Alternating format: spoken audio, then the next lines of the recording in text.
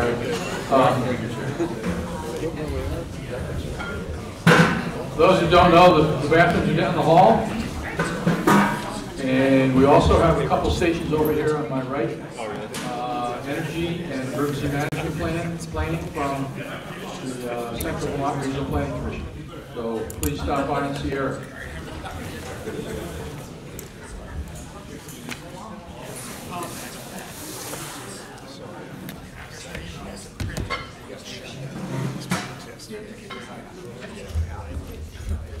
So there are rumors that the envelope powder is the anthrax. And to be fully compliant with the open meeting law, You can count on that, Reed. is there any public comment at this point in time? Being none, is there any adjustment to the agenda? Which is up here on the screen. Look at this. Yeah. Stack. So, welcome everybody. Thank you for coming. For those of you who don't know who I am, I'm Bob Ackler, Selectman of Warren, and Chair of the Man River Valley Planning District. This is the annual Man River Valley Town Leadership Meeting.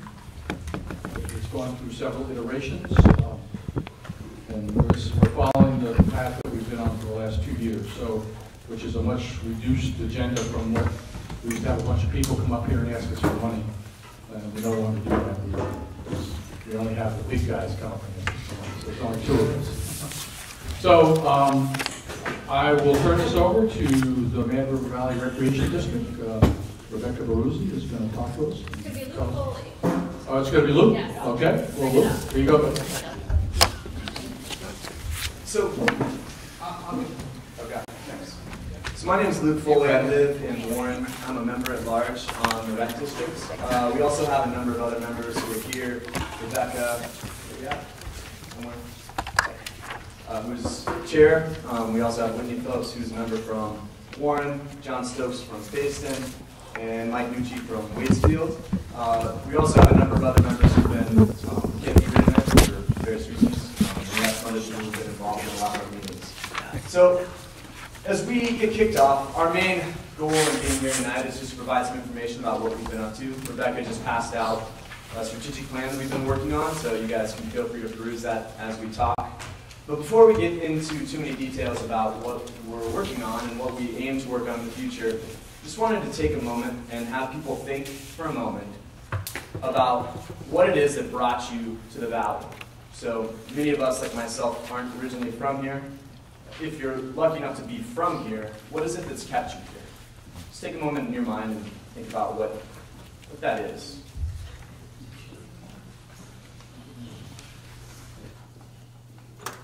And if there may be 1 or 2 people that'd like to share why they chose to come here or why they've chosen to stay here, feel free to maybe just a couple of quick answers. Anybody? Community. Yeah. Community. Absolutely. Can you guys hear me okay? Should I hold it closer? So community's one. Yeah. Skiing. Skiing. Okay. So a part of recreation. Any other things that brought people here? Well, I guess I never was smart enough to get out of here. The same has happened to me since I got here. So quick backstory. I've been here 9 years. I'm originally from Colorado.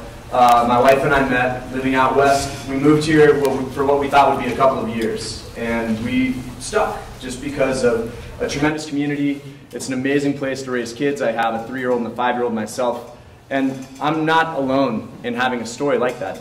Many people are drawn here for various reasons, but they end up staying here for a lot of the reasons that we're going to talk about. So if we can kind of keep that in mind, looking at what we've been up to this past year.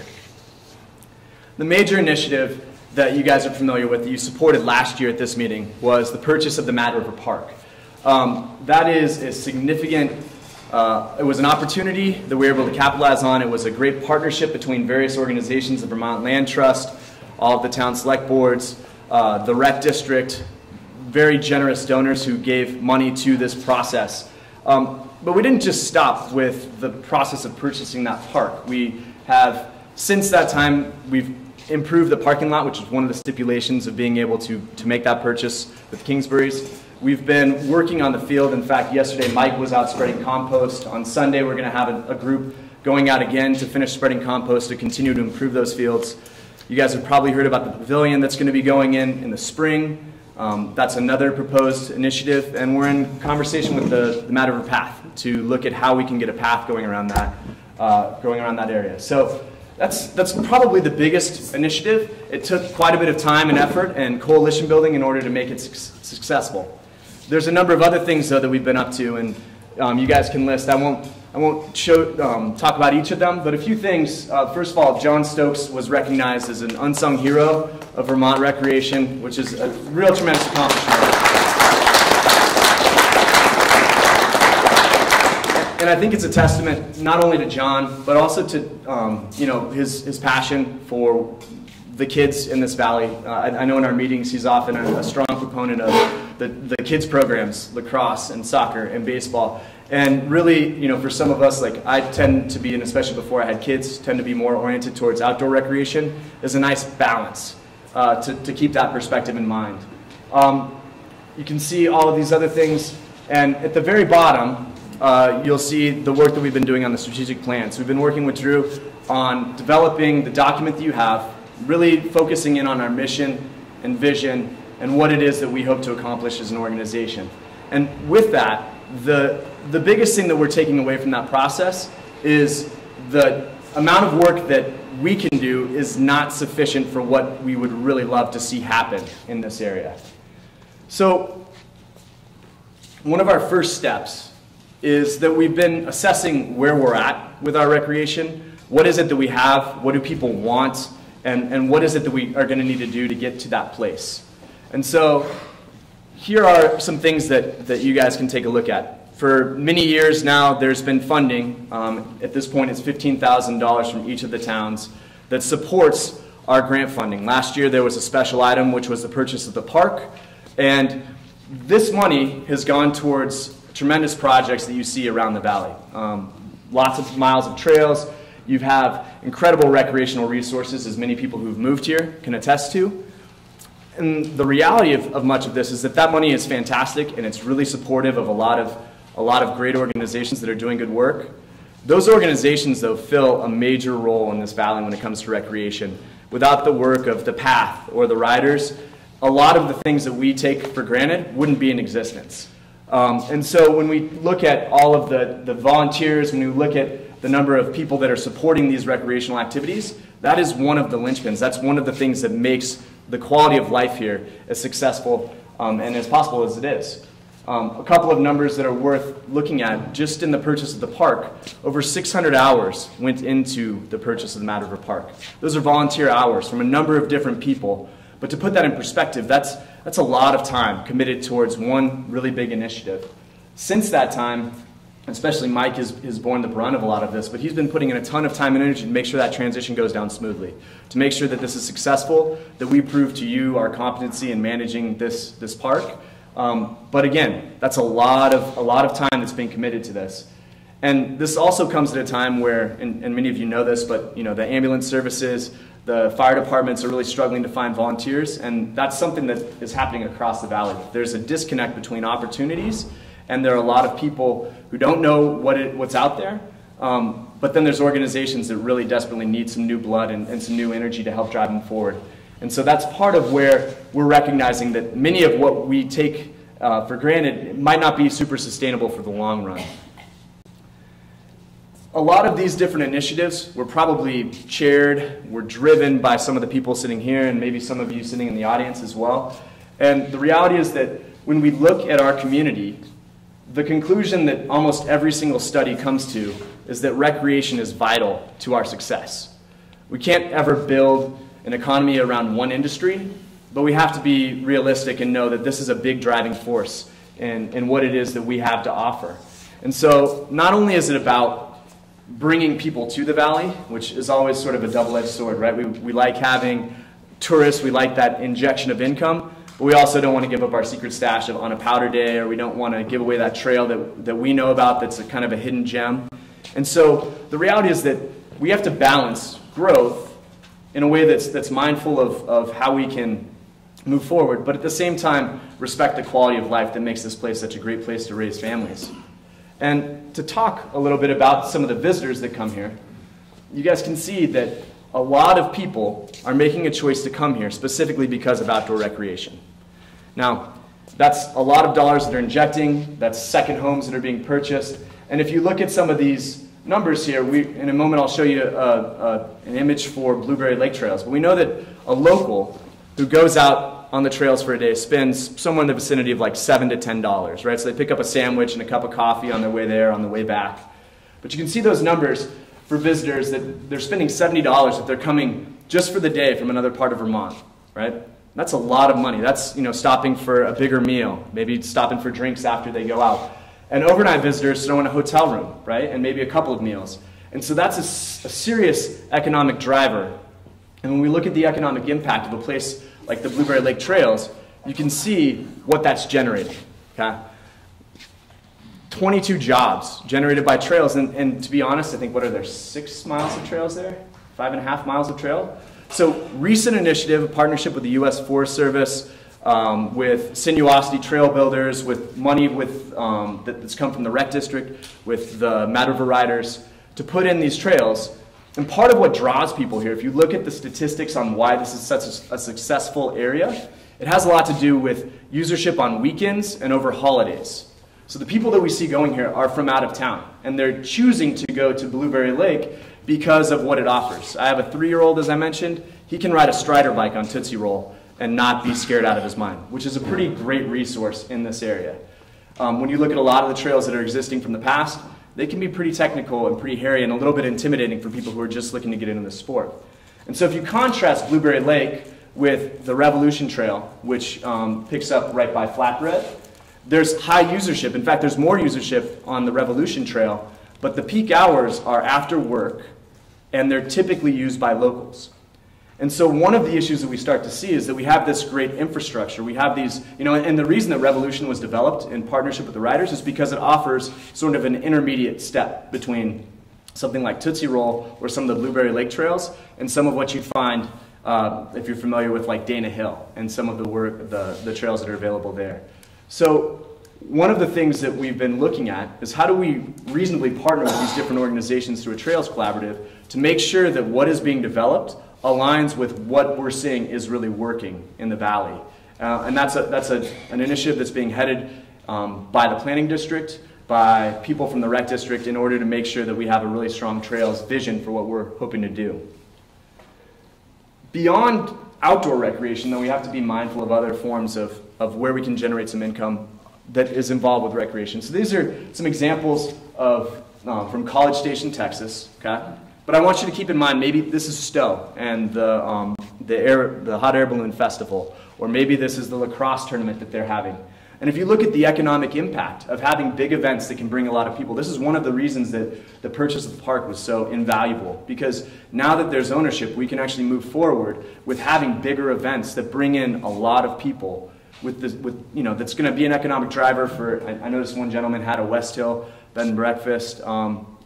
This is what's going to help our swing seasons. If we can be really targeted in how we are approaching these events, we can find ways to bolster our economy so it's not so bust when we have a bad ski season, for instance. So those are just a couple of ideas for what this economic impact can look like. And so as we think about that economic impact, we also have to think about where we sit in the state of Vermont. And I don't think anybody in this room wants to live in Stowe or wants to live in Killington, but our reality is that those are our competitors. When we're talking about mountain bike trails or visitors going skiing, we're talking about what people come to Vermont to do, we have to keep in mind why they choose to come here as opposed to those different places. Now this is the investment that is currently being made in parks and recreation spending. Okay, and that's per capita. So $9 per person here in the valley compared to, say, $111 in Stowe. Okay? That's almost $500,000 that they're working with annually, and I know that when I take my kids up to ride their bike path, for instance, that's a major draw. We go up, we ride the bike path, we stop for a lunch, we pack up in the car and drive home, and maybe I get a cup of coffee, and hopefully the kids fall asleep, right? Like that's the whole day, right? And so you get this idea that these are like communities in our area, and this is what they're investing in their recreation.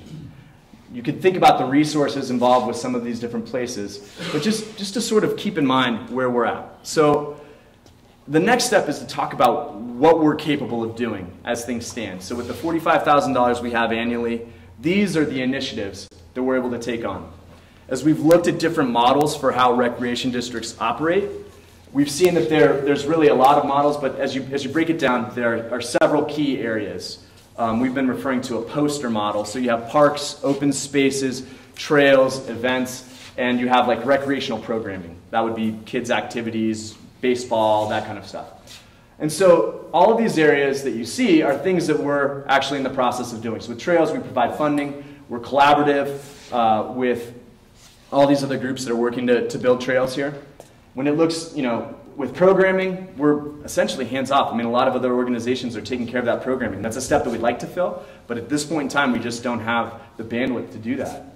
We've got community surveys, so many of you maybe took the surveys that we put out. I think it's been 18 months, something like that, since we posted some surveys, but we had a lot of responses that helped guide our process of identifying our goals and objectives.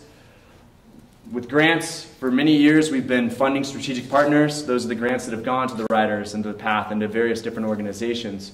And then you can see, we're currently managing the Mad River Park. What we'd like to see ourselves doing, and this is really from a lot of our strategic work right now, the vision that we've created, all of those orange areas are things that we would like to do. So, for instance, last year I was at a fundraiser for Facein Elementary. I bumped into some parents my wife teaches there, and I bumped into some parents who had a 5-year-old, and they didn't know where to go to find out what types of programs were offered in the summers. So they knew that there were camps, they knew that Spring Hill had a camp, or that there were camps at Warren Elementary, but there was no one place to go to where you could find out where you could send your kids over the summer vacation, right? An idea that we've had is a volunteer fair. So we bring in all these organizations that are struggling to find people to volunteer, and we bring in people who maybe are motivated but just don't have that connection, and we find a way for them to connect and make something good happen. Everything from, there's a lot of work up there. And the reality is that we'd like to support, we'd like to do more grant writing support with our partners. We'd like to put out RFPs for specific projects. But again, it comes down to that's a lot of work. So where we're at is that we're looking at how we want to move forward. What is a realistic step? Bob joked that people always come here asking for money. It's tough to follow that. So our current funding request is that you guys, each of the towns commits $15,000 per year. And then what we're looking at is, from each town, $2,500 for trail maps. Now, the last time, can you guess, when was the last time the maps were done? 2012. 2012? So the last maps that were done were in 2012, and as you know, since that time we've probably built at least, based upon my knowledge, maybe 50 or more miles of trails. There's been a lot of changes with those trails, I guess is what I'm saying. And so with the system for how we purchase those maps, we had to buy in quantities of 5,000. And in order to print more maps, and in order to update those maps, we had to sell all 5,000 of those maps. So we're looking to take that into our own hands and be able to have more direction over those maps so we can keep them updated, so we can print them as needed. And that's where part of that money comes from. The next budget item there is a trail signage project. So what we'd like to do is we would like to have signs at each of the trails. There's, 50 trailheads across the valley? So that it's the same. So that when you get a map, it has the same logo, it has the same feel to it. You can identify how these all connect and who's responsible for the maintenance of these, when they're open, whether it's a winter-only use or if it's something that's open year-round. And so total, you can see what that project boils down to. It is an ask, but that's part of what we're recognizing that we need to do is we need to take on specific projects in order to move forward. So there's a little bit of an overview. I just talked a little bit about the trail map, but you guys can see one of the biggest things is that we don't want these maps to be things that you have to go, you don't really know where to get it. I've lived here for 9 years and I've never owned a map of the Valley Trails, and I think that's a problem, right? In order to make these trails not only more open to the people who live here, but also more realistic if someone wants to travel, we have to be able to promote that at some level. And then we'd be working with a variety of other tourist places here to be able to to make sure that those are available to people who come into town. Unified signage project, those are a picture of the kiosks, and this is what we'd be looking to do. So there'd be 50 kiosks throughout the valley. Some of those would be the responsibility of the riders, some of those of the path. 10 of those would belong to towns and other groups that would be responsible for sort of overseeing and providing information based upon those. So this is really just to become more uniform, to become a trail network, so we can compete with the Kingdom Trails and with Burke Mountain and those places that maybe people are bypassing the valley in order to go mountain bike or trail run or snowshoe or hike. So in terms of how this fits into the bigger picture of what we're hoping to accomplish, right now we're in very much a mode where we're, at this point we've probably met, 3 or 4 times in the past month. We're meeting quite a bit because we have a lot of projects that are requiring a lot of time. That is something that we're willing to do. We have the capacity to do that. What we're recognizing is that we're going to need, in order to move forward, sort of this interim period where we're going to be requesting money for specific projects. We're going to basically have deliverables. If we come to you and ask for something, it's going to be something very specific, like we want to put these kiosks in, we want a map that we want to put together for the valley. Eventually, and you can see that that's a period where we're also looking to choose something specifically each year so that we create a more holistic approach to how we're managing recreation in the valley. So this time it's trails because those are hot. It's an area where there's a lot of opportunity for growth. It's something that has been identified by numerous other groups within the valley, and so we want to make sure that we're capitalizing on that. As we work forward, you can see that there's work for a rec brochure, for websites, for specific projects we're going to target, but eventually we'd like to phase into having a full-time staff, looking at our capacity to be able to do the work that's necessary to take recreation in the valley to the next level. I think this is going to be something that we're going to have to take a look at. So what we're asking for, we've passed out the strategic plan. We hope that you take a moment to review that, to look over it. This is, lots and lots of meetings, lots and lots of hours. We probably had, John was commenting how we probably had like 40 or 50 emails in the past week since our last meeting, just to discuss presenting here to you today and what that was going to look like. And so what we're requesting is an opportunity to speak with each of the different select boards individually, for you to have a chance to look over the strategic plan, to come with ideas, feedback, suggestions, things that you see that maybe you have ideas or connections or something that can help us with our overall initiative. And that's really, I think, where our step is right now, is that we'd like to approach you and really create a dialogue about what we see as the vision for recreation, and to make sure that that's in alignment with all of you and the various different roles you fill, both professionally but also in your volunteering in the valley. So that is it for our presentation, but we do have time for questions, discussion, and there are a number of board members, so I'll sort of try to direct those questions, but if these guys want to, feel free to step in if there's things that they might be better capable of answering. So. Have you had discussions with the planning district about staffing? We have, yeah. So I was not the one to have those discussions personally, so I don't know if you guys want to. We've been talking more specifically about collaborating with the Trail Collaborative, and potentially the planning district will kind of staff that, and the rec district will kind of lead that in terms of bringing the hats and keeping people accountable and keeping that moving forward.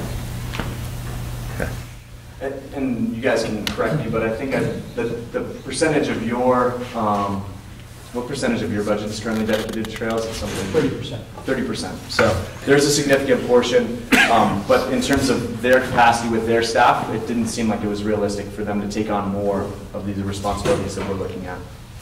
I was a consultant working with the Recreation District on the strategic plan, and we analyzed a number of different scenarios for delivering recreation services. So we said, what does it look like if, and we really tried to blow it up and say, look at all of the possibilities that are out there. What if the Recreation District and the Planning District were to merge? What if they shared staff? What if there was full-time staff in the Recreation District?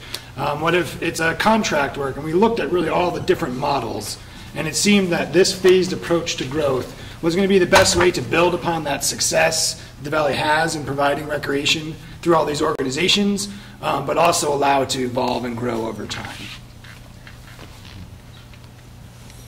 Yeah. One of the questions I have is, and I'm not a mountain biker, so bear with me, but I hear a lot, and this is more from the environmental side, is that one of the things that we're challenged with here is trail maintenance. And often I hear, if I go someplace else, the trail maintenance is dramatically different than what we see here. So how would you guys propose that? I mean, to me, that's not something we can push down the road. We have to address that if we're going to do that. And is that something you're fighting for with the writers, or how does that play into the going forward? That's going to be one of the major initiatives for the Trails Collaborative. A few areas to speak to that about. One of the reasons that a lot of trails have issues with erosion is just because of how they were developed. And so as we learn more about trail construction, as we work with more consulted professionals, like Sinuosity did the Blueberry Lake Trails, they do fantastic work, and they're ecologically minded. So, one of the ideas is to partner with, the conservation commissions and to look at, I know there's other major initiatives to make sure that when we construct trails, that they're done in the least harmful way possible, and that they account for things like erosion and weather. If you have been familiar, like if you're on Facebook, the Mad River Riders are fantastic about encouraging people to stay off of trails when it's not an opportune time, when it's going to promote or create more erosion. So, they often say before Memorial Day to stay off the trails, because before that time they're really wet, and if you ride bikes through wet mud, and that can create a lot of issues. There are various groups that do trail work. Every Sunday morning a group meets at Stark Mountain Bike Works, and they go out and work on specific trails and initiatives. They've built bridges, they fill in areas where the roots are becoming too exposed and where we need to do some mitigation. That, I think, does need to be a more uniform process, and there needs to be accountability along with that. But I think that's one of the places that we're aware that there needs to be some work. But what we're competing with is, like when you go to Burke, you're talking about full-time staff, that their only responsibility is managing those trails, right? That they have people with significant machinery. I mean, I've had students of mine, and I work in Northfield, but we've built trails, and I can tell you that a quarter mile of trail sometimes takes $1,500, $2,000, and that's for a pretty easy section to build. So it is expensive to maintain, but I think that's part of that disconnect with volunteers. I think that's one of the initiatives of the Trails Collaborative. Yeah. If I could speak to that, if you're asking why we're not asking for more money to do construction, could that be what you're asking? I mean, I'm partly saying that because if I look at, well, I'll use Stowe as an example, that money that you showed on a per capita basis, a good percentage of their town budget goes into trail maintenance. And, I mean, we've done a lot in this valley to protect land, and yet here we're using it and we're not really addressing that protection. I think as a group we have to be aware of that, and we can't put our head in the sand. I think what the answer is to that, I'm not quite sure. It's money for sure, but I think, and then you made the point, Luke, that volunteers were getting a little bit tapped out.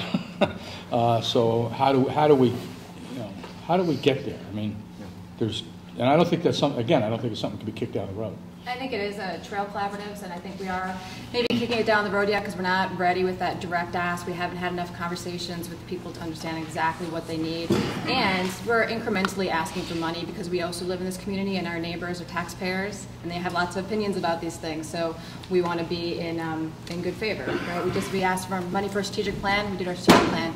Last year we asked for money for a park. We bought a park. This year we're asking for money for trailheads and mapping. That's what we'll do. We're gaining more and more credibility. We've been around for over 20 years, and now we're really starting to get some high octane. We'll be back to ask for money for construction, just not this year. Ned's over there. Can I just add a little something? I'm Ned Farquhar from the Mad River Path.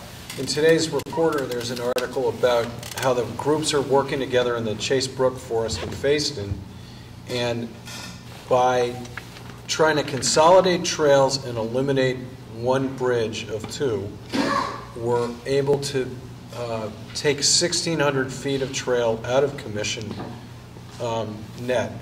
We're eliminating 2,500 feet of trail and creating 900 new feet. That will help with maintenance. It also gets us out of some ecologically sensitive areas and reduces cost of rebuilding the second bridge, not just maintaining the trails.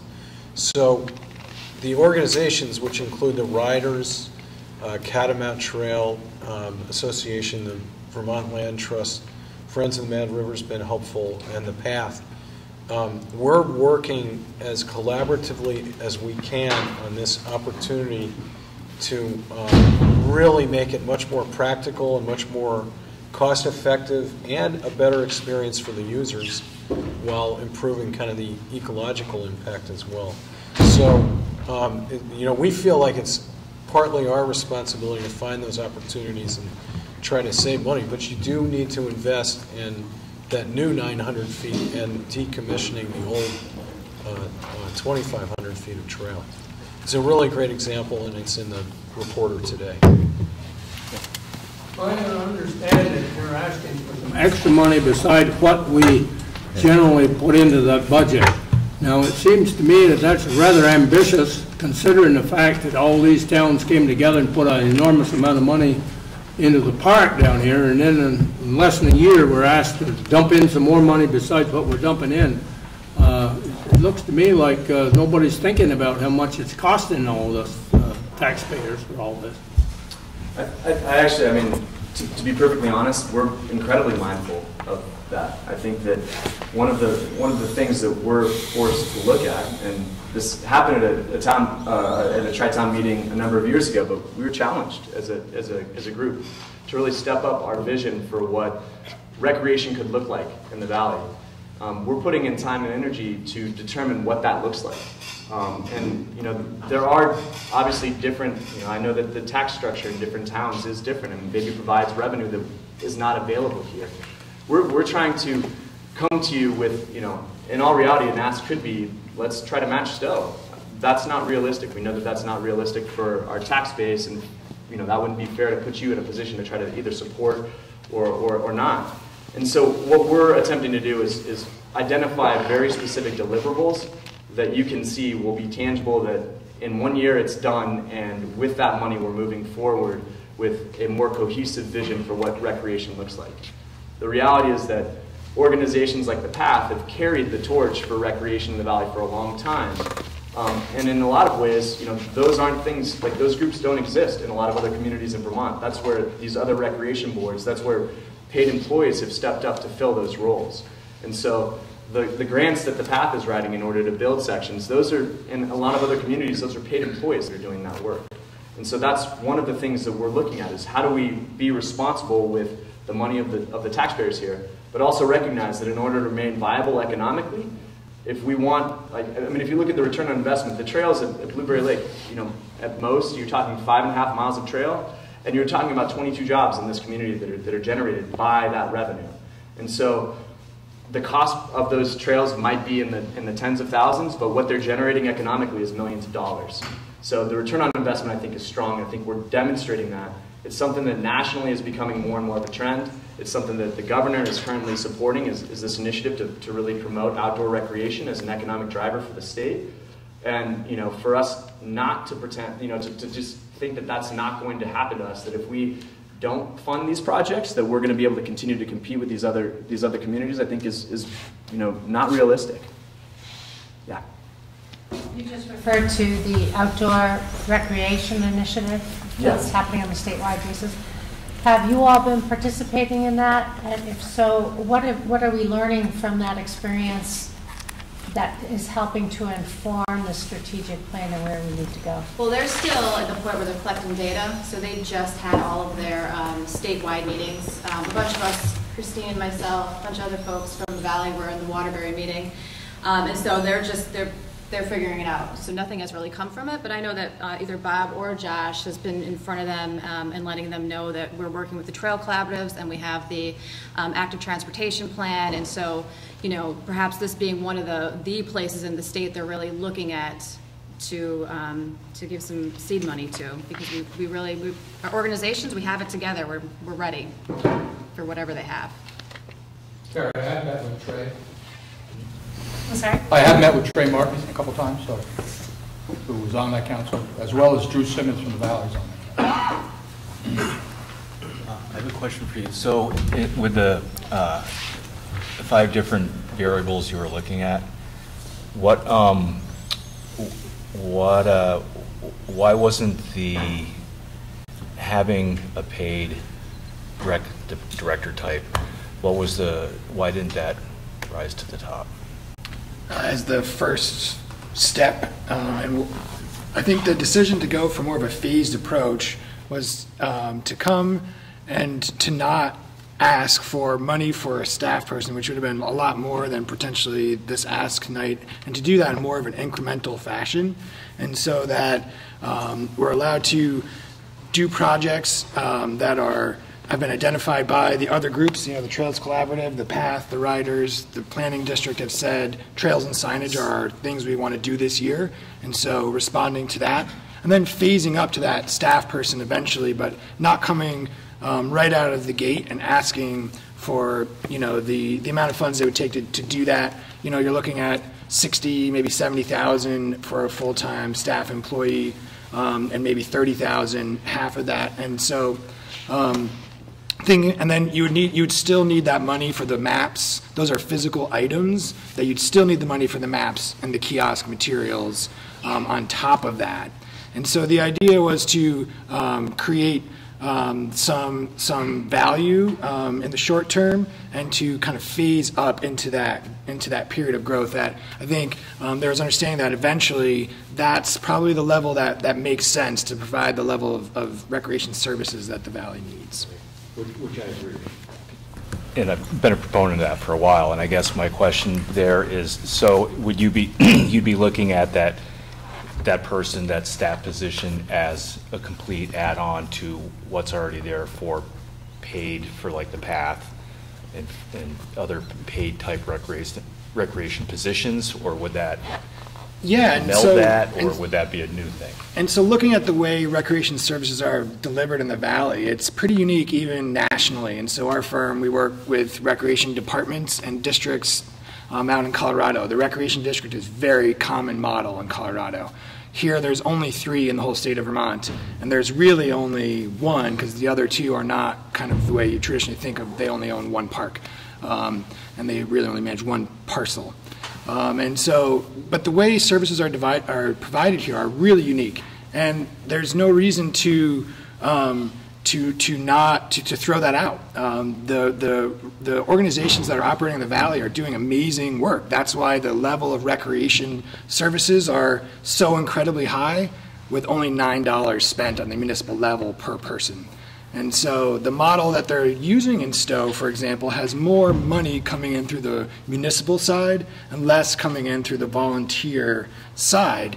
And while we do think there needs to be a shift in that, it doesn't need to be a complete flip. And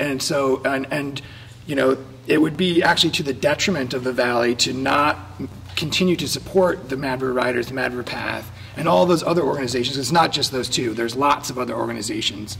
But to not continue to support them wouldn't make sense. So the way this plan is structured is in a way that would support all those other organizations and help them all together raise the value of recreation.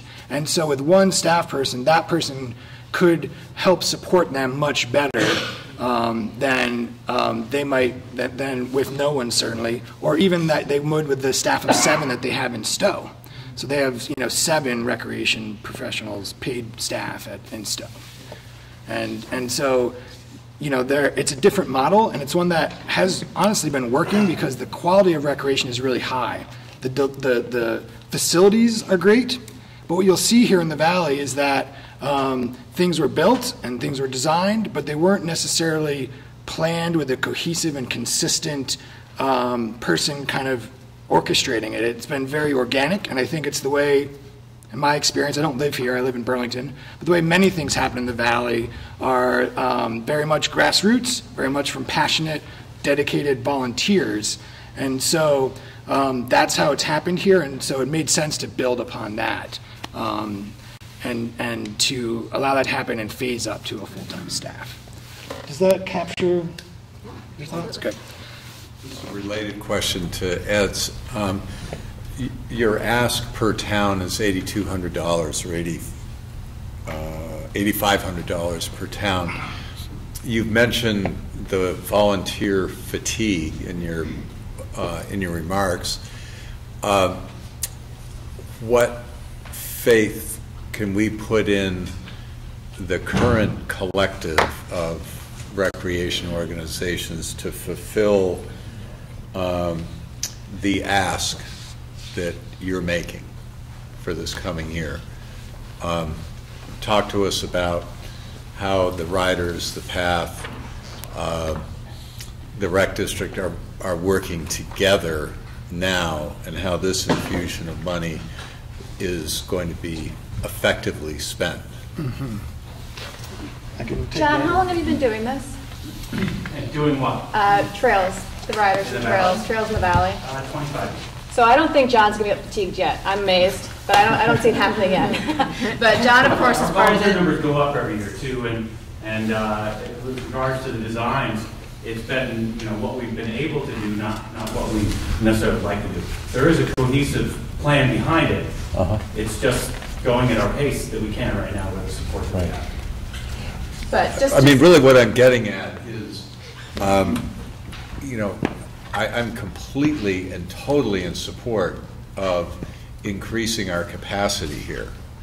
I just want to make sure that we have the capacity to carry out the increased ask without increasing salaried staff time. I think specific to those two projects that have been requested, the signage and the mapping, and there's a memo that was written by the planning district. I think you guys all have a copy of that. Yep. But it's an outgrowth of the Trails Collaborative, and so that's the Recreation District, the Planning District, and all of those groups. And they've come together to discuss this project, how it all fits together.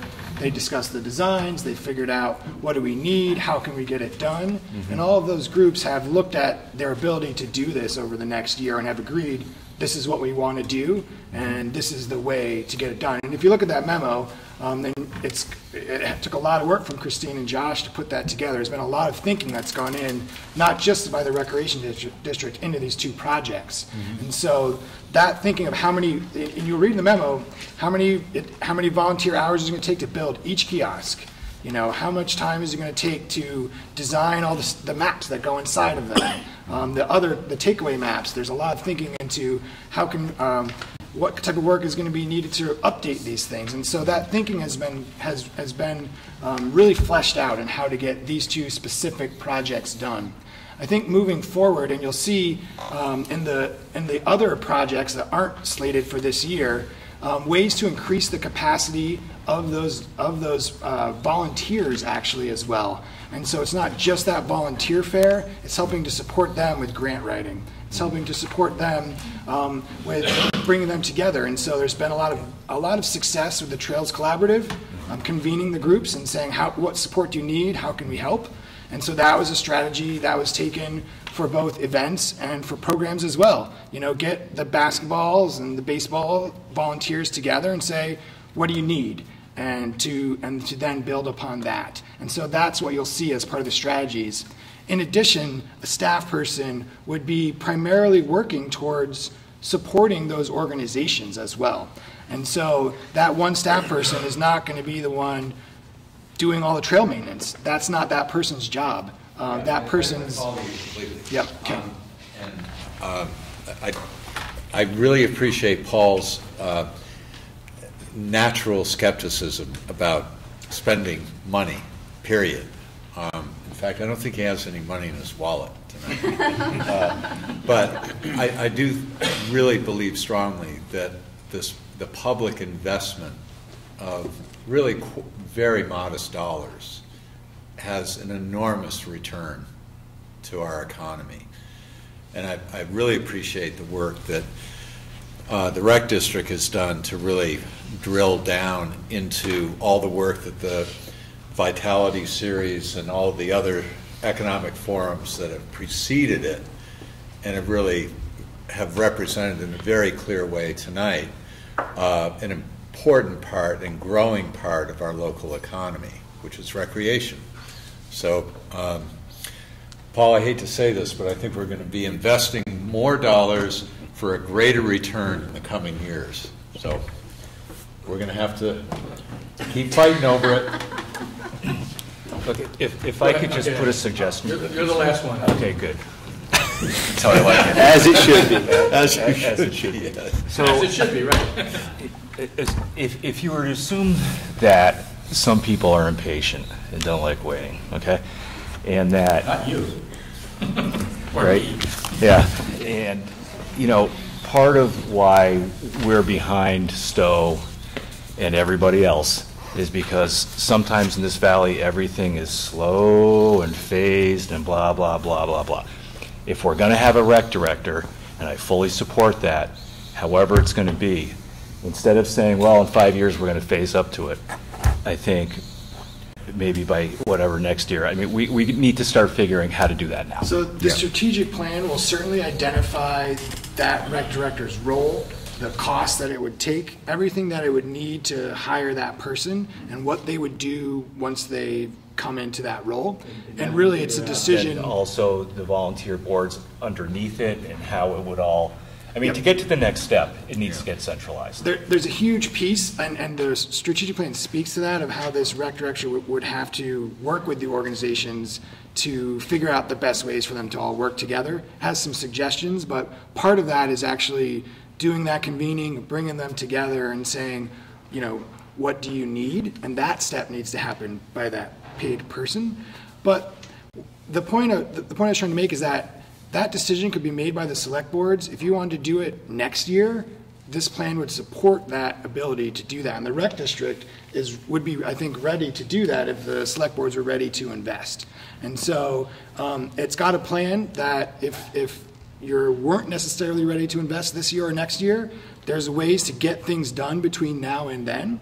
But there's also the ability, all of these strategies will be done quicker, certainly, if there's a paid staff person within the recreation district, but could be done either way depending on how that funding cycle turns out. Absolutely. Good job. Thank you. I think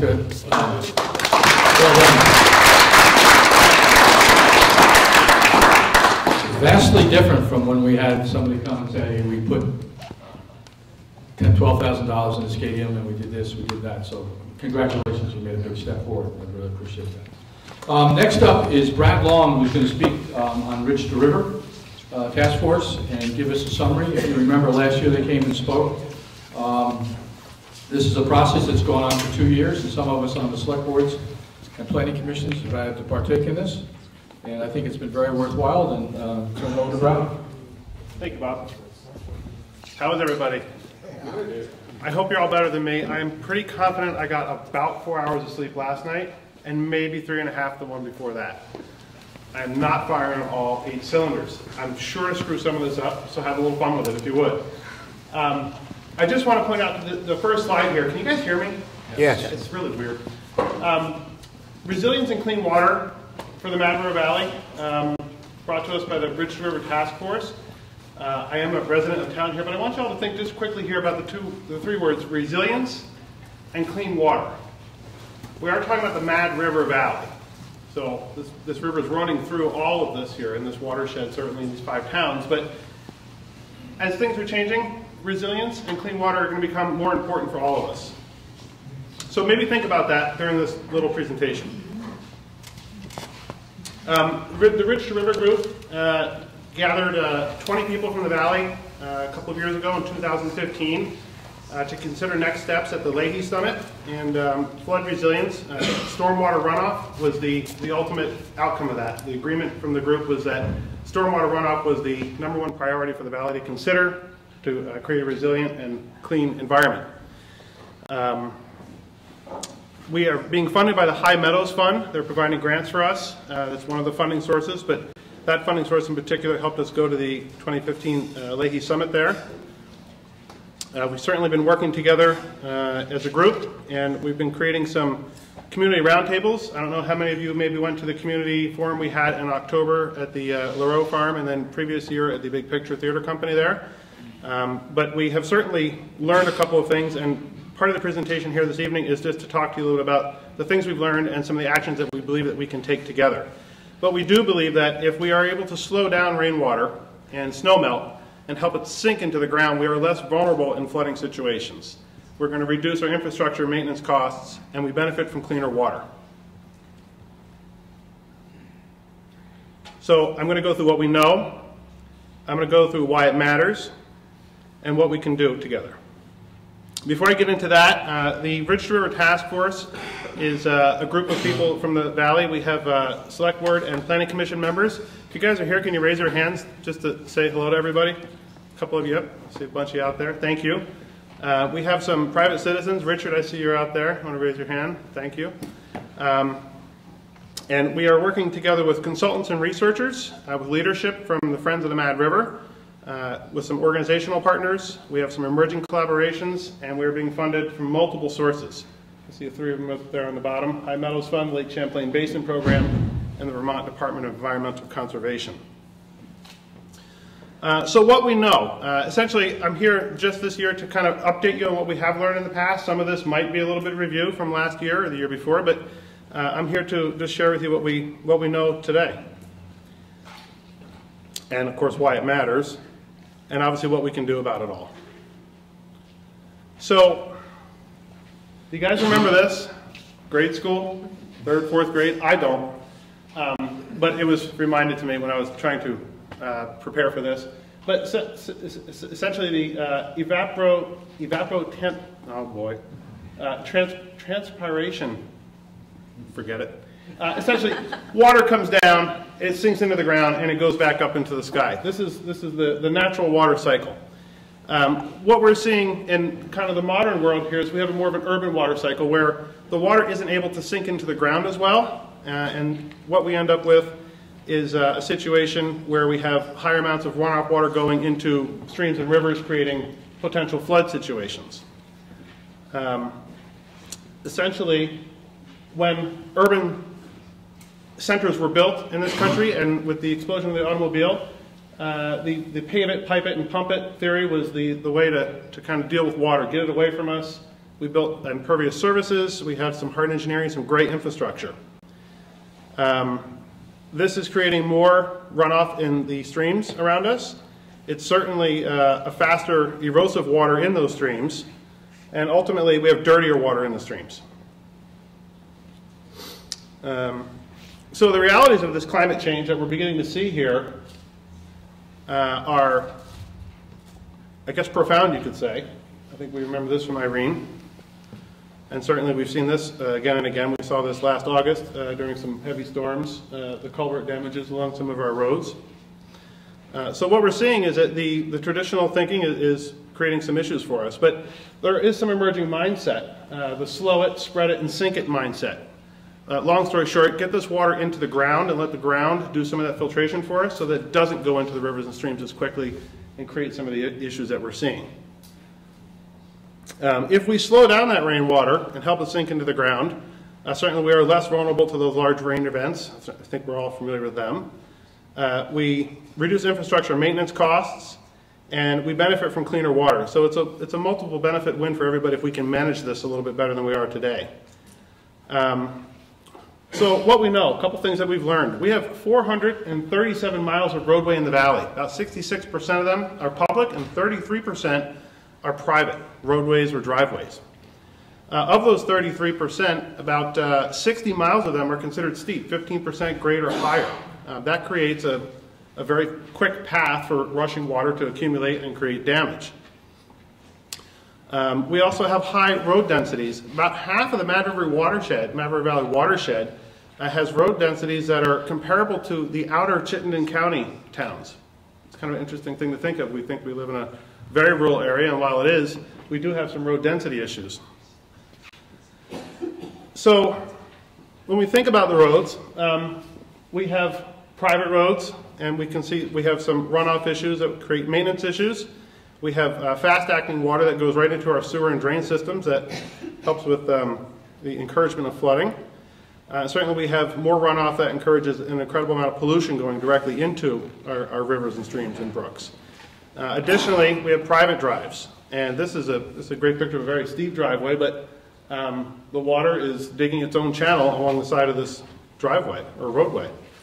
Additionally, we have some construction standards that are variable, and that leads to different erosive actions with water. And finally, we have maintenance standards that don't exist or are not not really well known at all.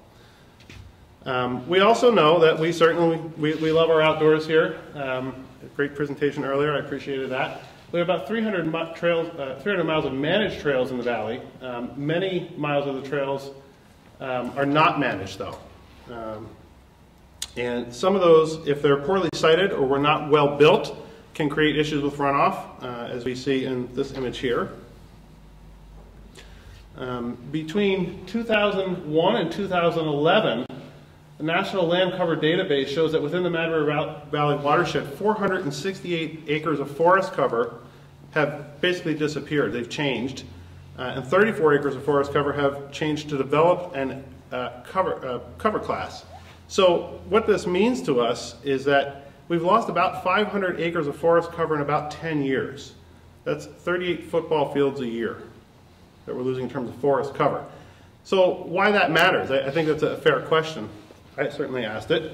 Studies in the Pacific Northwest mark an observed transition in downstream channels being severely degraded when forest cover threshold is below 65%. Less forest to soak up the water, we're starting to see some issues with those stream channels suffering from it. You can see here on the image here, the red area is parts of the valley that have less than 65% forest cover. The yellow area is next in line. The green area is the only safe area right now we have in the valley. So as density continues to occur and we have more impervious surfaces, this is the kind of reaction we're going to begin to see from our waterways. Forest cover value diminishing. Sorry, this is that sleep deprivation piece, I apologize. But on-the-ground interviews suggest that minor and unregulated land disturbing activities are a major source of erosion. There has been some active interviewing and driveway and culvert replacement, small culverts, view clearing, and residential soil disturbance, soil moving, and quasi-forestry on private lands all contributes to some of the downstream effects that we're seeing. I think one of the notes that we can think about here is that everything we do on our private lands or our public lands is affecting everything around us, and it's important to consider.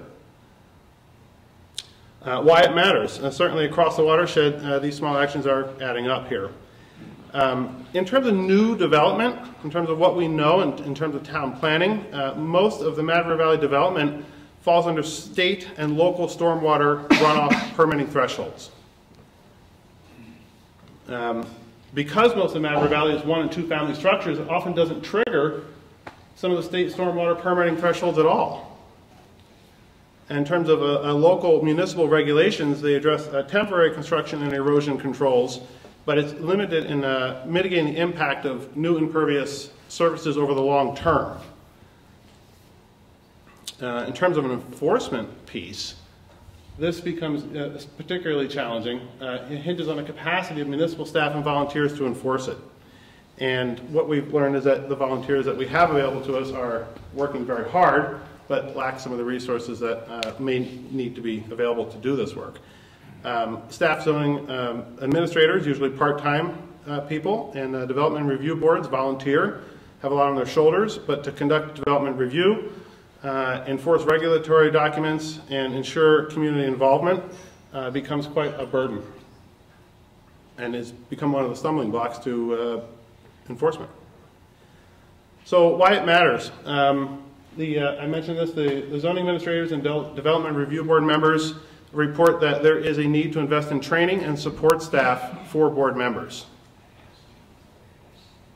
We do know that the Valley cares. We had a survey, 200 people responded to the survey, and 100% of those people said they cared about clean water. That should not come as a shock to anybody. 97% say that managing stormwater does protect their quality of life. Many residents are aware and are taking action or trying to take action, which is really cool. Only one respondent had never heard the terms pollution, runoff, and sediment, and I had to assume that maybe they checked the wrong box. It's just my assumption. But 85, or they didn't get the sleep that maybe I didn't get, but 85% report actively trying to minimize erosion and runoff on their own properties. Stormwater action is limited by resources and skills. So I think what we see here is we see people that want to do better, people that want to make an improvement and preserve what we have, but we're limited by skills and resources. The moral of the story, I think, is that small and dispersed problems across the watershed can add up to a lot of damage. But small and dispersed changes can add up to a lot of good as well. So in terms of an action framework here, I just want to talk quickly about the Storm Smart Valley and Watershed Action Framework. This is kind of the groundwork, some of our thinking here to what we can do.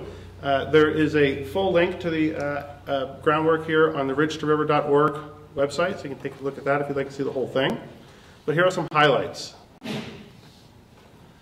Public art projects. This is really kind of an awareness type campaign, but it can draw some attention to stormwater catch basins, green stormwater infrastructure, things like that. Again, it draws attention. It creates some activity and some curiosity. Perhaps some of you guys have seen this, the green stormwater infrastructure demonstration sites. There's one here at the Village Square and the new one at Harwood Union High School. I don't know if folks have seen that one, but that's the second green stormwater infrastructure installation in the valley. In terms of storm smart municipalities, locating the problem areas on a site map and opportunities for those green stormwater infrastructures or best management practices is something that is being developed and adopted. Right now we have a couple of projects going on. I have listed there the Harwood Union, the Warren and Faison Schools, Fuller Hill Road in Warren, the Chase Brook Watershed in Faison, and the whole valley as a whole here is kind of getting involved in these pieces. Again, you can check this out on the website for a little bit more detail. In terms of roads, storm smart roads, appreciation to the select board reps who helped get the road roundtables together. This was kind of cool. The two of these have been coordinated so far, and it gets the road crews together to talk about best practices. It's really kind of a cool thing because one of the things we learned is that none of the road crews really speak to each other too much about how to establish best practices for culverts, side of road, drainage, whatever it might be. So just getting people communicating in the room together has been really kind of a nice step to see throughout the valley. Now the municipal road general permit. I don't know how many of us are familiar with this. I expected a couple of groans here tonight from this one, but this is certainly something that I believe will, while it's cumbersome in the beginning here and it seems a little costly, the long-term benefit of this should reduce our hardships and some of our challenges moving forward for the future of the valley. In terms of homes and private drives, we did see a lot of people are interested in this material here, but we're looking to build some tools in a Storm Smart toolkit for homeowners, multiple resources. We're also looking for the Storm Smart Challenge, kind of a quiz, home visits, things like that, just to get people engaged, thinking about this. And then finally, the Friends of the Mad River does have funding to actually effect some of these changes and some of these programs that we're discussing here.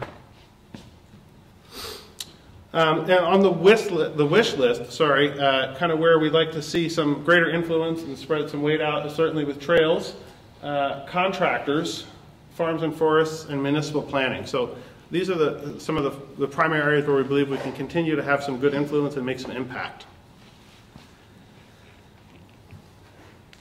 Wow, I made it through. Okay, so if you have any questions or comments, I'm certainly not the greatest authority as a volunteer on this. I should step back and note, I joined the Ridge to River group about a year ago in August. I live on a brook, and that brook has been boisterous at times, you could say. And I tell you, if you've ever been through a high water event in your home or your property, you begin to look for answers. You either do one of two things. You either run away or you try to stick this out and figure it out. And I looked throughout the valley and tried to find answers and tried to find some help for people in my situation. And there really was no one place. But I saw an ad in the paper that said that Ridge to River was offering this community forum, what we've learned since Irene, and I said, well, damn it, I want to go see what they've learned.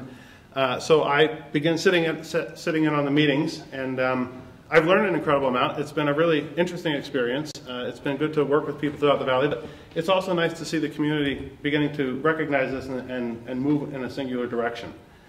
So if you have any questions, I will do my best to answer these. Richard, I'm hoping, can back me up. Otherwise, you could email friends of the Mad River, you can email Corey Miller, the executive director, and she'd be happy to answer any questions for you. So does anybody want to torture me with questions tonight? Once, twice, three? No? Okay, thank you, everybody. Great job, Brad. Very good. Yeah, Brad, for those of you who don't know, Brad lives on North Facing Road, and he got flooded out twice. And I have to admire his resilience. What I think is really interesting is that in his talk, he mentioned volunteers, the lack of. He also talked about trails, the need for maintenance. So, I mean, a lot of the things we're talking about tonight, the dots all connect, not directly maybe, but there is similarity in a lot of things that we're trying to look at from the planning district side and trying to get people to come together and think about. Right now, we're going to turn it over to Christine Kinney, who is a community planner for the planning district, and she's going to share a data report with you. You can either go to sleep, or you can learn a lot about the valley. Okay? Warning us. I am warning you. It's a lot of numbers. Okay? But I think Luke did an outstanding job, and I think you'll find that Christine has worked hard at putting this together, and she'll make these numbers talk about it. So thank you. Thanks, Bob. Thank you all for coming, and I'm going to try and make this as painless as possible. It is going to be a lot of data, so I'm glad that Bob warned you, but I'll explain why it matters. Before I dive in, I wanted to go over the Mad River Valley vision statement. I don't know how many of you have heard this before, but the Mad River Valley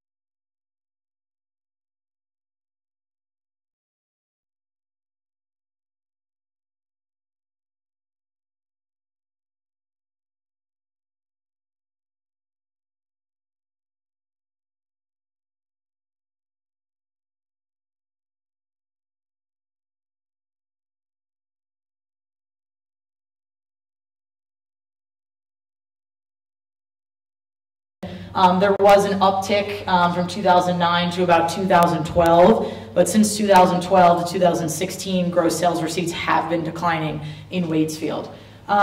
You'll see that Warren and Fayston much lower volume, but Warren has actually been trending up since 2005, and Fayston has also been, it looks relatively flat, but it has been increasing over time since 2005, but again at a much lower volume. So we're going to have a couple of graphs here about the businesses and the employees and their wages in the Valley. So first is the number of businesses by industry in the Mad River Valley. So what you'll see here is that some of our largest industries are construction, financial activities, leisure and hospitality, and professional and business services, as well as retail trades. So just to point out the fact that we have a relatively diverse economy here in the Valley, a lot of different types of businesses, in that there were actually more gains than there were losses in the number of businesses between 2015 and 2016. So this graph looks similar, but what it is the number of jobs by industry. And you'll see a much different layout here. What you'll see is the predominance of the number of jobs in the leisure and hospitality sector, as well as the retail trade sector. So actually 50% of the employees in the Valley are employed in leisure and hospitality and the retail and trade sector. So it's just something to keep in mind for this next slide. So what do those people get paid? So the interesting thing to note is you'll see information is actually the highest paid on average sector in the economy. And you'll see that professional and business services also are well paid by annual average wage. And then you'll see retail trade is pretty low, and you'll see leisure and hospitality is even lower. So our economy, the largest sectors by employee have the lowest paying wages. So takeaways. So in case that was too much data for you, here's the really quick points to remember. Meals, rooms, and alcohol tax receipts generally over the last few years have been trending up in the Valley. As we pointed out, gross sales receipts have been trending down. And as I said, professional and business services sector is strong and has a large number of businesses in the Valley and also pays higher wages. But the service sector employs the majority of our people and offers lower wages. This category is called community. It's going to cover things that range from population to infrastructure and grand list and that sort of thing. So you may have seen me talk about this before, but this is the Mad River Valley's population in the blue line from 1990 to 2010. And the green line is the high projection for population according to the state of Vermont. And the red line is the low projection according to the state of Vermont. So those green lines and red lines represent a projected 14 to 19% population increase by 2030. That's according to the state. And obviously, as we move forward, we'll see whether those numbers validate or not. But the interesting thing to know about that 14 to 19% projection is that Washington County is only projected to increase their population by 1 to 5%. So definitely on a different trajectory than the rest of the county. This probably won't come as a surprise, but Vermont is actually the second oldest state in the nation, behind Maine. And if you probably would not find this surprising either, is that the Valley is older than Vermont. So Vermont is 42, the median age is 42.4, and the average median age in the Valley, you see Fayston, Waitsfield, and Warren there, the average age in the Valley is 47. So we're certainly much older, and we've been getting continuously older over the last few years. In 2000, the average age was 40, and in 2015, the average age was 47. So we're getting older. Just, you know, we have to track that. And so looking at younger folks now, we're talking about school enrollment. The schools are on the bottom of the graph, and the bars represent years, school years. So in the red box at the bottom, first you'll see the elementary schools, Facein, Moortown, Waitsfield, Warren, and Thatcher Brook. And then you'll see Crossett Brook and Harwood Middle for the middle schools. And what's interesting is that the enrollment in the elementary schools and middle schools since 2006 and 2007 to 2016 and 2017 has actually been trending down, but at only a rate of 6%.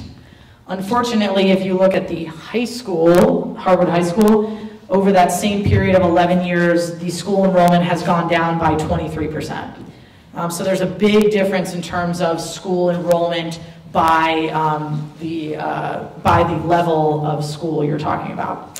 One positive thing to note is that middle school enrollment in Crossett Brook and Harwood Middle actually increased by 9% from 2015 to 2016. So, number of fire calls in the Mad River Valley. This is broken up by the Waitsfield-Facein Fire Department and the Warren Fire Department. What you'll see is that it really does vary year to year, but obviously Waitsfield and Facein have a higher volume, but it's just something to keep in mind just to track over time. This is the number of Mad River Valley ambulance service calls. And what you'll see here is that service calls have actually been on an upward trajectory since 2007. And it's probably not surprising if you link it back to the age of the Mad River Valley, that the ambulance calls are going up, but know that their calls are up by 38% since 2007. So that's something to keep in mind when we're talking about volunteers and that sort of thing going forward, is what is the demand and what is the capacity at MRV as we go into the future. So moving on to crime. The blue is crimes against persons. You'll see it's pretty small, which is great, at the bottom. And the red is crimes against property. And this is from 2007 to 2014. And so what you'll see is either is a general decline in crime or stability, which is good news, for sure. And lastly, in this category is we do collect grand list value by town, and we show a comparison here. And Facein is in the green and Waitsfield is in the blue. And it's interesting to note that the grand list value is actually pretty similar. Warren is much larger, and then you'll see Moortown there in the purple. And generally speaking, changes over time are pretty, it's relatively stable, as you probably would imagine. From 2015 to 2016, there were less than 1% increases in Waitsfield, Warren, and Moortown, and Facein actually saw a small drop in their grand list value over the last year. So, takeaways. School enrollment generally is down, especially if you look over an 11-year period. However, the middle school enrollment does seem to be increasing. We have an aging population. I think I drove that point home. And demands on MRV as well are increasing, and our crime is down. Okay. Last year, you heard me talk a lot about housing, so you're not gonna go through all of it, but we want to talk about some of the important points related to housing in the Mad River Valley. The first is that we want to show what the housing unit breakdown is. So in red, you'll see seasonal housing units, 53%. Primary housing units, 44%, and available or vacant, 3%. So the interesting thing to note is that seasonal housing, whether it's owner-occupied or renter-occupied, is more than 50% of our housing stock. And that does affect housing affordability in the valley. And lastly, you also see that availability or vacancy is relatively low, and that's also gone down from 4% in 2015 to 3% in 2016. So we have less vacancies in our housing stock. This graph shows the median value of owner-occupied units. So owner-occupied units are any housing units that are not for rent, that are owned. And again, Waitsfield is in the blue, Warren is in the red, and Fayston is in the green. The purple dotted line is the state of Vermont. So what you'll see here is that the Matter Valley generally follows the trend at the state level of home ownership value. However, you'll see that generally the Matter Valley home ownership value is much higher than the state, which on one hand is a great thing if you own your home, but it does add to the affordability challenges, especially for those looking to purchase a home for the first time, for example. So this is a chart of single-family home permits issued. And I thank all the zoning administrators for taking all of my emails and giving me their permit numbers. And again, the colors are the same for the towns. And what you'll see here is that there was a drop during the recession in the number of single-family home permits that were issued. And then things have begun to bounce back. And the one interesting thing that I really wanted to point out here was Warren seems to be issuing lots of single-family home permits from 2014 to 2016. So that's interesting to note. At the same time, Waitsfield and Fayston have seen a little bit of a drop in single-family home permits being issued. Okay, we're moving on to rental housing now. This is a chart that shows median gross rent, and what that means is rent per month plus utilities. And what you'll see here is the towns are on the bottom, and from left to right, it shows Waitsfield, Warren, Fayston, Moortown, Waterbury, Montpelier, Washington County, and Vermont. And what you'll see here is that the different bars represent different years, so we can show the change in rents over time. So in 2015, the average Matter Valley rent was $1,053. The interesting thing to note about that is that it's gone up since the previous year. It was $994. So rents are certainly increasing. And the other interesting thing to note is that Waitsfield has seen quite an increase from 2010 to 2015. You'll just notice the steepness of those bars. And Fayston as well has the highest rent, highest median gross rent out of all of these communities. Still on rental housing, this is an interesting one, and this grew out of trying to look at any potential effects of short-term rentals might be having on our rental housing stock. So this is Matter Valley renter-occupied housing units from 1990 to 2015. And what we're seeing is we can see the effects of the recession there. We can see the bounce back after that. But what we see from 2010 to 2015 is a general downward trend in our renter-occupied housing units. We can't say for sure that there's a causation between short-term rentals and rental housing units. We would have to have more data in order to do that, but it's just interesting to note that it seems to be a very continued decline and something to certainly watch in the future. So Sugarbush also collects data as part of our MOU. They collect several different data points, and we'll just mention a couple tonight. But the first one's related to Sugarbush employees' housing by location. So this is for the last ski season, 2016 to 2017. You'll probably, not surprising, a majority of Sugarbush employees live in Warren.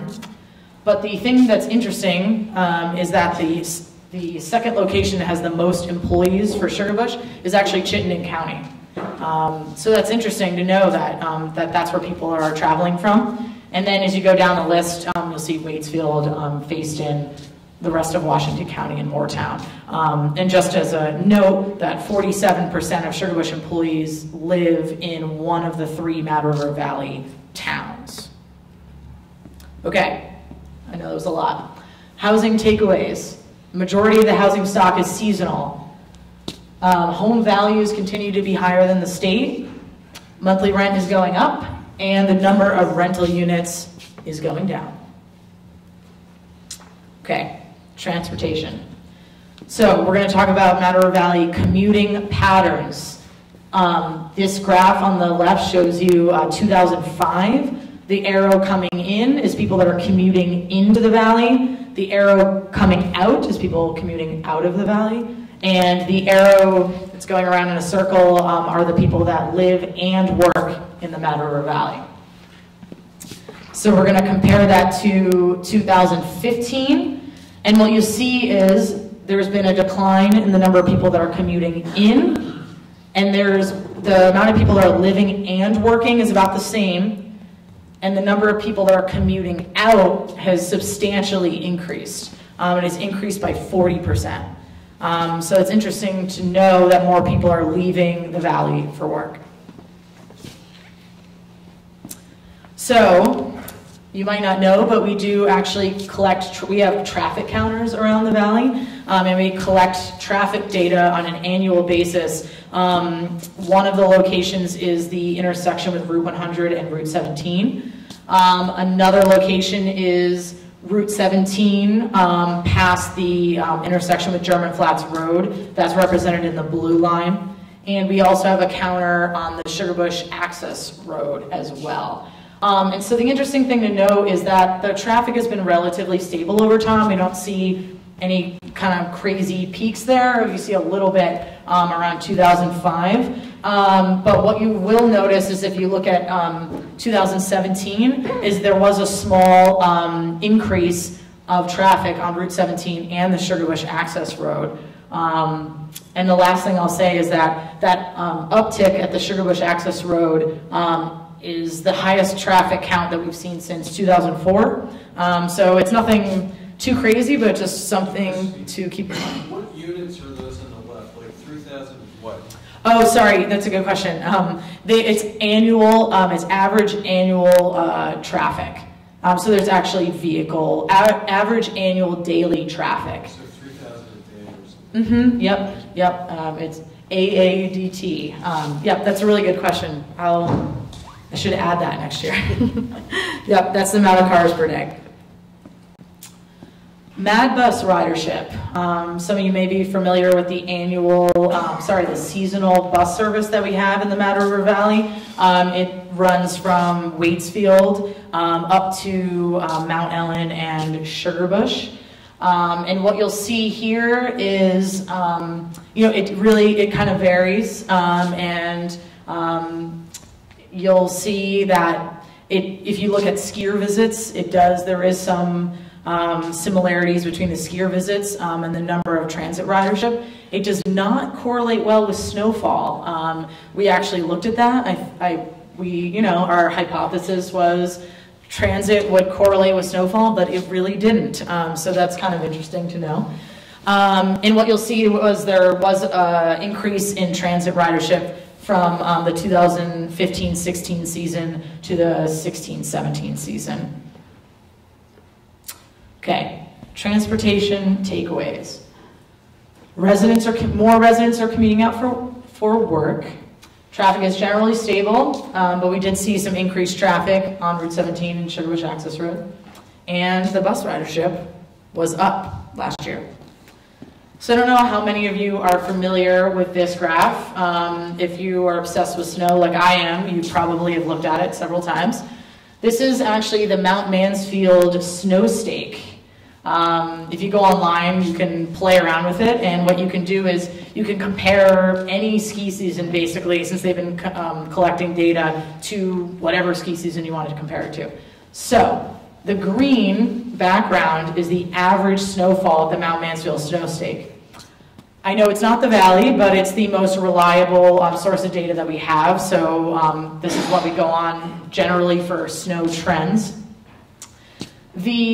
It kind of looks red here, but it's really a brown line. This very small line was from the 2015-2016 season. You might have been familiar with the low snowfall. The black line, which is much higher than the average, was last year. If any of you went skiing, you probably know that it was awesome. So, more snowfall generally means more skier visits. So if you look at 2015-16 compared to 2016-17 at Sugarbush, you will see that skier visits were up. The interesting thing to note is that in the state of Vermont, skier visits were up 21% from the past season. At Sugarbush, they were actually up 32%. So that's great. And we also gather data from Mad River Glen. Mad River Glen actually had the same increase in skier visits as the state, 21%. You'll see it obviously varies over the years. So, recreation takeaways, snow, up, skier visits were up. And this is something we add is that additional data points related to year-round recreation are needed. And what we mean by that is, as you saw in the rec district's presentation, we have some information on the number of trails we have. And the planning district also has been keeping track of trail milestones over time, so we know when major trail projects have happened. We know that over time, but what we want to do in the future is collect the number, for example, the number of trail miles that are added every year. And so we can really track our progress over time. And that's just one data point that we haven't included in the past, but given the importance of year-round recreation, we think that it's important to begin to track that sort of thing and really put some numbers to what our progress is in that area. So, the environment, we heard a little bit about water quality. We're going to talk about that as well. But we want to talk about first is electrical usage. On the left, this blue line is Waitsfield, Warren, and Fayston combined electrical usage from 2008 to 2016. And you'll see over time that it's generally been trending down. So that's great. And on the right, the pie chart shows the electricity usage by town. So you'll see that Warren uses 63% of the electricity in the valley, followed by 29% in Waitsfield and 8% in Fayston. I said that Sugarbush collects some data points as well. This is another one that they have, which is their Sugarbush's monthly peak electricity demand. And what you'll see is on the bottom are the winter months, November, December, January, February, and March. The bars represent the individual years. And so what you'll notice is that in November, sometimes you'll see that there are only 3 bars because in some of the years, they didn't make any snow in November. In other years, the last 3 seasons, they've made snow, and that's what you see showing up there for November. But generally speaking, the electricity demand, the monthly peak demand at Sugarbush has been reducing over time. And the only month that it was up compared to the previous year was in March. And if anybody remembers the meltdown at the very end of February, I believe that that uptick is probably related to that. So this is your last environment slide, getting back to the Friends of the Mad River and water quality. If you don't know, the Friends of the Mad River collect water quality data through their amazing, again, volunteers. And they go out and they test all kinds of things related to water quality. But what we're showing here is E. coli monitoring. So what you'll see along the bottom of this graph are the sites that they're testing. So we have Blueberry Lake, Warren Falls, Bobbin Mill, Warren Store, LaRue Swim Hole, and they go from Warren and downstream to Moortown. And so what you'll notice if you just take the big picture here is that you really see E. coli levels increase as you go downstream. It might make total sense, but it's important to point that out is what happens upstream and along the way really does affect the water quality downstream. And the last thing I'll say about this is you'll see this red line up at the top there.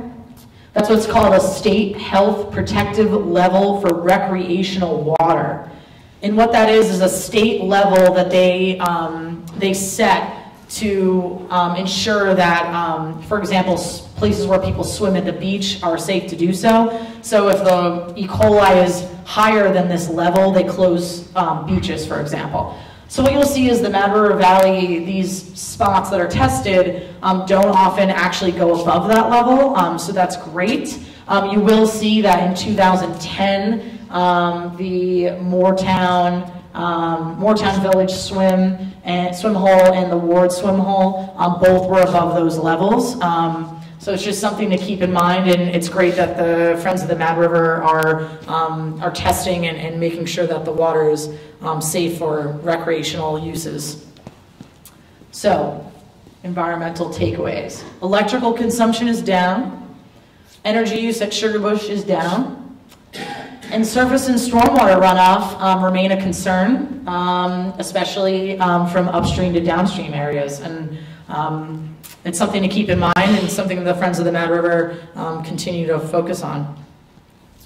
All right, we're getting close to the end of the data. So this is Mad River Valley land conservation by type. The blue is state and federal lands in the Mad River Valley. The green is privately owned conserved lands, and the red is municipally conserved lands or open space. This data is provided by the Vermont Land Trust, and we appreciate them supplying us with this data every year. And it's just interesting to note that the majority of the land conserved in the valley is state and federal. And the other important thing to note, as has already been mentioned here tonight, is that the municipalities have conserved 2 new pieces of land. That's the town of Waitsfield, the town Scragg Forest, and the Mad River Park. So we have 2 new pieces of conserved land in the valley. So you all continue to support land conservation in partnership with the Vermont Land Trust and so many private landowners, which is amazing. And again, additional data is needed related to development in our villages, in and around our villages, and then conservation of agricultural land. We have bits and pieces of this information, but we don't have a solid way right now to track that over time. And so that's another area that we've identified that we'd like to focus on in the future and continue to track. So here's the really big summary of all that data. So what are the strengths based on the data? The Mad River Valley has a diverse economy. Meals, rooms, and alcohol receipts are up. Crime continues to go down. Winter recreation bounced back from a tough season, the one before. And land conservation continues. But there are also challenges, and that's one of the reasons that we collect the data, see what can we focus on and what can we improve on in the future. First is gross sales receipts. That was a big one. We've seen a decline over time in that, and that is something that we could focus on more in the future. Age, the valley is aging. High school enrollment, there was a pretty good downward trend in high school enrollment, and that's just something to be aware of. The demand on our ambulatory services, that was another big one to take away as well. Housing affordability, you've heard it a lot, and just to mention something else about housing affordability is the housing study that we've been working on over the last year is done, and Josh is holding it up back there. There is a very short version of the housing study. It includes big type, lots of pictures, graphs, and lots of bullet points. And so you could probably read through it in maybe 15 minutes. We also have some great quotes from local folks, from zoning administrators, from Sarah Nussbaum, the former coordinator at Capstone Community Action, Samantha Sheehan at ValleyWorks. So we have some local input. You'll see what their perspectives are, and you'll see everything presented in an easily digestible way. So we've got them there in the back. Please feel free to grab one if you are so interested. And I'll get back to this. Sustainable transit ridership. Although ridership was up over the last season, we still have a lot to do to make sure that that transit ridership is sustainable in the future. Because the state has ridership standards. If we fall below that, they cut the ridership. And we only have seasonal service, and we want to make sure that we have that transportation option for our visitors and also for our residents, at least in the winter. So we continuously try to get the word out and to improve the service with our partners at Green Mountain Transit. And lastly, stormwater runoff. I think you know, but continue to focus on reducing stormwater runoff in the valley for all the reasons that Brad mentioned. That is all I have for you. I wanted to share this picture because it makes me really happy. This was at the Lovett Park ribbon cutting, and this is me and Barbara Lozano, and it was just a great day, and I just wanted to share that and say thank you to everyone for having me, and thank you for the opportunity to present this to you all. So if you have any questions or if you have any suggestions, other than less data, but in all seriousness, it is important to track this data over time, and the interesting thing you'll hear from Josh is what we've gotten from this data and how we can improve our work going forward by focusing on some of those challenges and trying to improve our work for you all in the next year. So thank you again, and please let me know if you have any questions.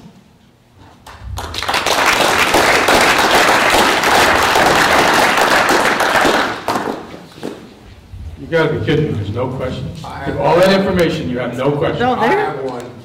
We talk a lot about stormwater runoff, okay? Is there a way to know whether we're improving? In other words, if we get 2 inches of rain, is there some statistics somewhere we can say, hey, we're doing better controlling it? Because we all know the weather is changing, but, how do we know whether we're improving the control of stormwater runoff? It's a valid question. I think that's something that the Ridge to River folks know about. There's a gentleman sitting behind you who might know if we have a tool in our toolbox today to do that. I don't think we do, to know whether we've actually can monitor what the runoff is and whether we're making improvements on it.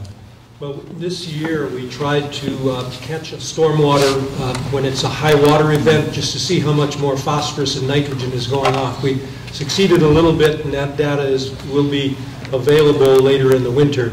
But another thing that I'm going to recommend, I think, is that we have a gauging station in Moortown, and we know the flow at that point. So if I have my way, we're going to put a monitoring station there, get the phosphorus and nitrogen, and we will know how much comes down from the valley in quantity. And every time we sample it, we will know what's coming down. And over the years, we should be able to see how we're doing on improvements. But that's the quantity. I'm talking about the quantity, too. Yes. The number of 2-inch rainfall, how right, much right. You can make projections, because if you get different events, there will be different concentrations. So you will know what the flow is and then what's coming down for those flows. So you can make some pretty good assessments of whether we're doing fairly well or not. Okay. Thank you. I have a question that fails to you. Okay, go ahead. Sorry, Carrie. I just want to remark on, thank you, this was a terrific presentation, very helpful. I wanted to just remark on the housing data, because I think all the communities within the valley are struggling with what to do with this information. We know, and I think in many cases it's reflective in the student population and to some extent the health of the economy. And so I think it's probably a priority for all of us. And so I'm very much interested in working closely with the planning district to ensure that as we address that particular need, that we do so in a really thoughtful way that's complementary of our existing land use patterns, that doesn't promote sprawl, but still helps us achieve the housing demand that your data is telling us. Yeah. Really quickly on the stormwater stuff, as I said, the data report has always been to collect certain data points that's required of us by the MOU, but it's continually evolving, and like I said, we've added in a couple of new things. And one of the things for next year that I anticipate is that while we have E. coli levels here from the Friends of the Mad River, they've been expanding their testing, and I think that next year we'll be expanding the reporting and tracking that we're doing in order to help provide that to the community going forward. And on the housing, please do grab, you're on the planning district, so you're definitely going to get a copy. But in the back of it, it has recommendations for improving access to affordable housing, broken down by strategies related to planning and infrastructure, regulatory changes, and development. And so we've laid out all kinds of recommendations. And as Josh is going to go over shortly, we've actually already implemented some, or some of them are in the process of being implemented. But yes, in order to move the needle forward on affordable housing, it's going to take a lot. And one of the things that we've stressed in the housing study is that it needs to be a multifaceted approach, and that means all of the valley and many different strategies. One isn't going to be the silver bullet. You're going to have to do as many as are feasible based on the resources available. So I definitely stress that, and I agree with Carrie that housing continues to definitely be a priority issue here based on the data and continues to be. Thank you. Yeah, if those of you haven't seen it, I mean, please take a look at this housing study. It's really short. It's really a significant piece of work. The overview. We haven't seen anything like this in the valley since I've been here, quite frankly. So it's a big step. So nobody has a comment on the numbers. So why did Wakefield's meals tax receipts go up? Bluestone. Is that right? Bluestone. Bluestone. Okay. Manitoba. I was going to say the economy sucks, so the drinks going up. Well, no, we're talking about meals in, not alcohol. Well, no, alcohol. it is meals and alcohol. Well, alcohol didn't go up. The proportion of increase in meals blew me away. And I think, one of the things, as a community, we've got to look at this information and we've got to start talking about it. We just can't take it and walk away. You all have ideas about it. And it's telling a story, and that story has to get codified and solidified so that when we start making decisions at these tables here, we're keeping this information in the forefront of our minds so that we're using it to do the best we can at the job we have to do. So, enough preaching. I'm going to ask Josh to give you a short spiel on the planning district, and I don't know whether he can be short. That's what I was surprised by that, Bob. I will do my best. I know you'll do your best. Great, thank you, Christine. So I'm Joshua Schwartz with the Mad River Valley Planning District, and kudos to Christine for that presentation. One of the things that we do at the Planning District is trying to ensure that we have a factual basis for policy, and that quantitative analysis and collection is really important. But it's a piece of the puzzle. It's part of the information that we have, and I get the luxury to be able to show you almost exclusively pictures. So we've gone from data. She had the tough job. Mine is a lot easier. The Mad River Valley Planning District, our purpose when the Articles of Agreement from 1985 was to carry out a program of planning for the future of the Mad River Valley directed towards the physical, social, economic, fiscal, environmental, cultural, and aesthetic well-being of the towns of Facein, Waitsfield, and Warren, and their inhabitants. So there's a lot of things that we've been asked to do. We do them in a variety of different ways. This is a depiction of the different roles that we play in order to get there. At the very top is the professional planning. There are two planners, Christine and myself. Christine came along, started with the Planning District in June of 2006, so this is her first full year. 16. Yes, 16. She predated me. 2016. So she's a year and a half on, and I think the work speaks for itself. We're under grant support, identifying resources to address previously identified issues and providing grant writing support. The Planning District also works on awareness of upcoming issues and opportunities. Implementation projects over the finish line. That is actually, implementation isn't something that the Planning District did a lot of previously, but in the last couple of years, especially in this past year, and I'll show you in a moment, we've been involved in moving projects to the end.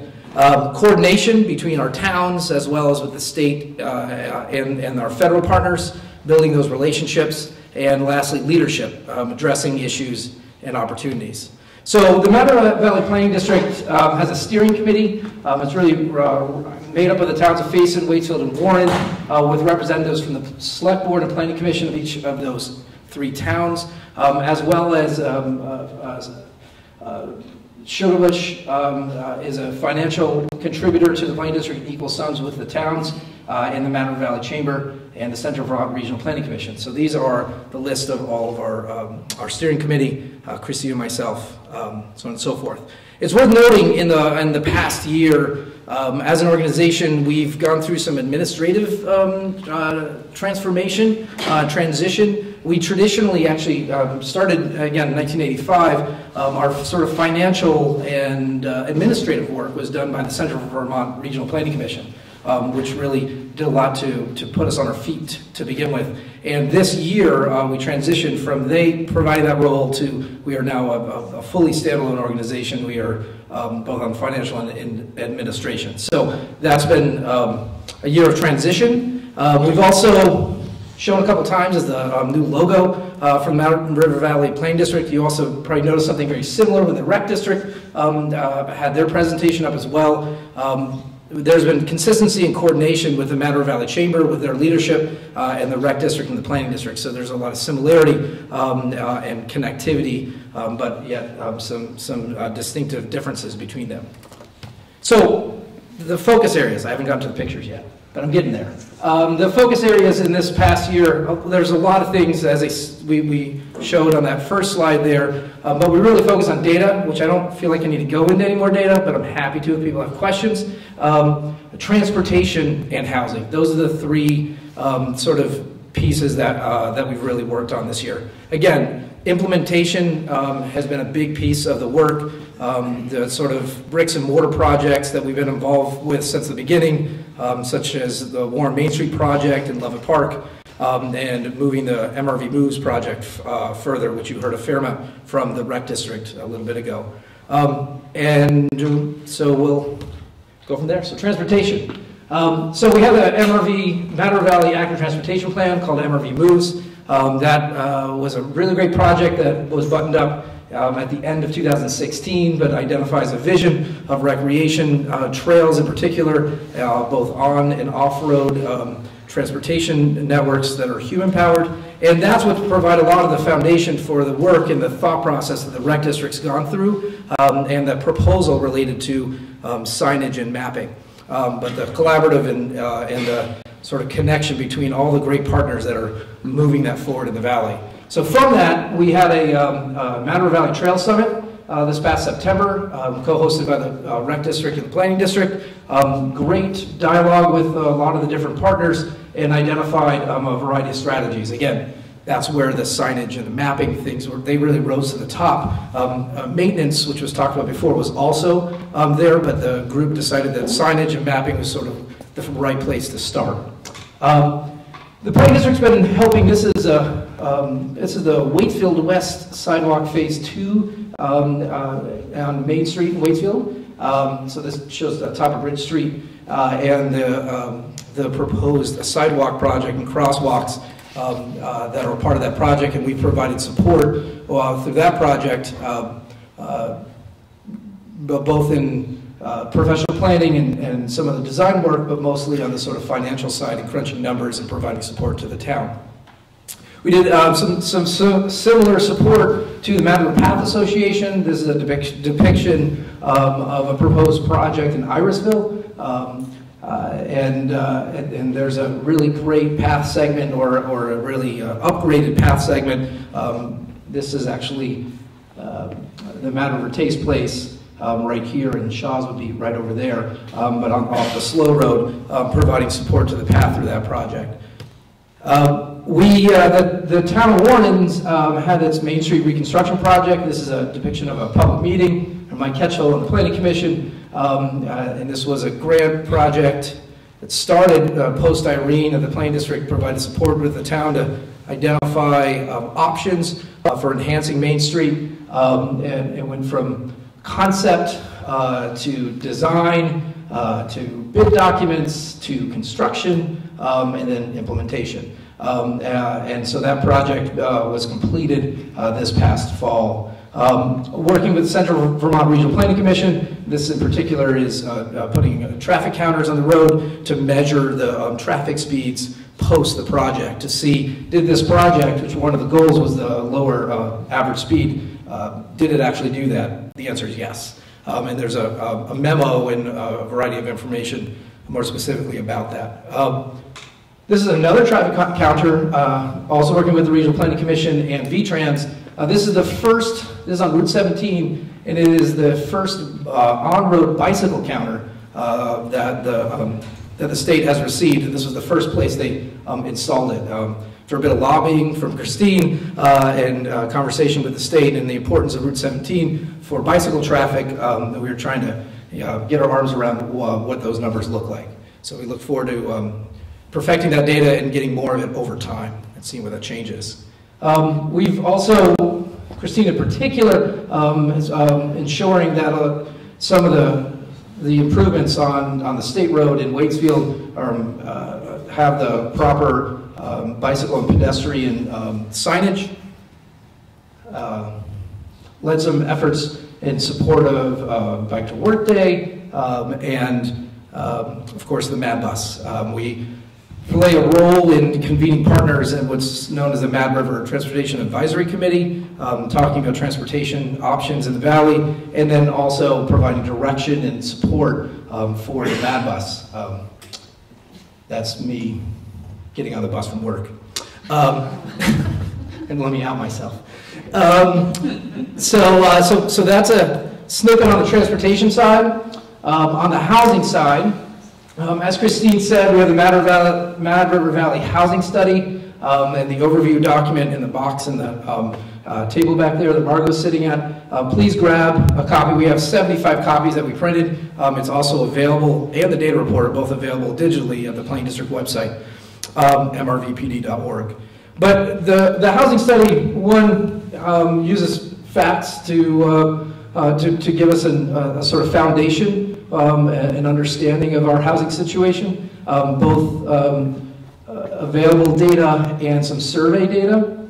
But it goes further, and as Christine mentioned a few moments ago, and Carrie had inquired about sort of what are our options. It has a description in three different areas. One is planning and infrastructure. It has a description of options, in this case, increased wastewater capacity, some funding sources, and quotes.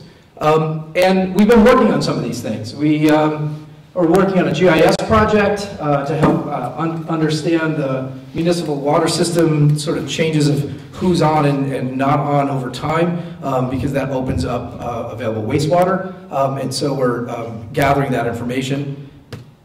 Where there's also some incentives, some recommendations related to connecting landlords and tenants. And one such project that was a case study was this Tenants for Turns program, which was quite popular out west that Christine came across. And Christine being Christine, she worked with Sugarbush, and now the Mad River Valley, Sugarbush's Tenants for Turns program is the first one on the East Coast. So this provides incentives for landlords to provide housing to Sugarbush employees. So as Christine said, there is a variety of different approaches. Under the sort of regulatory side, there's a handful of recommendations, and we've been working, and this in particular is the proposed changes to the Waitsfield Town Plan, which we participated in a fair amount of editing and recommendations to the Planning Commission to incorporate some of the recommendations from the study.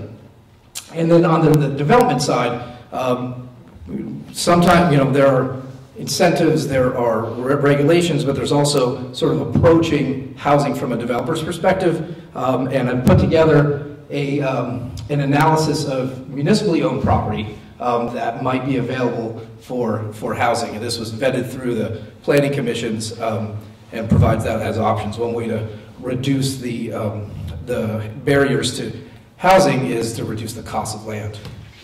And last but not least, I think this is the last one I have on housing, is this tiny house initiative. This is the Matter Valley Housing Coalition checking out a tiny house being constructed in the Waterbury Center. And there's a larger project and an initiative and a grant that we are working with Norwich University on to create a pilot program for a tiny house in the Matter Valley. So in addition to those sort of areas, again, the implementation side, sometimes that implementation is providing support to our partners. This is, which lift is this, Margot?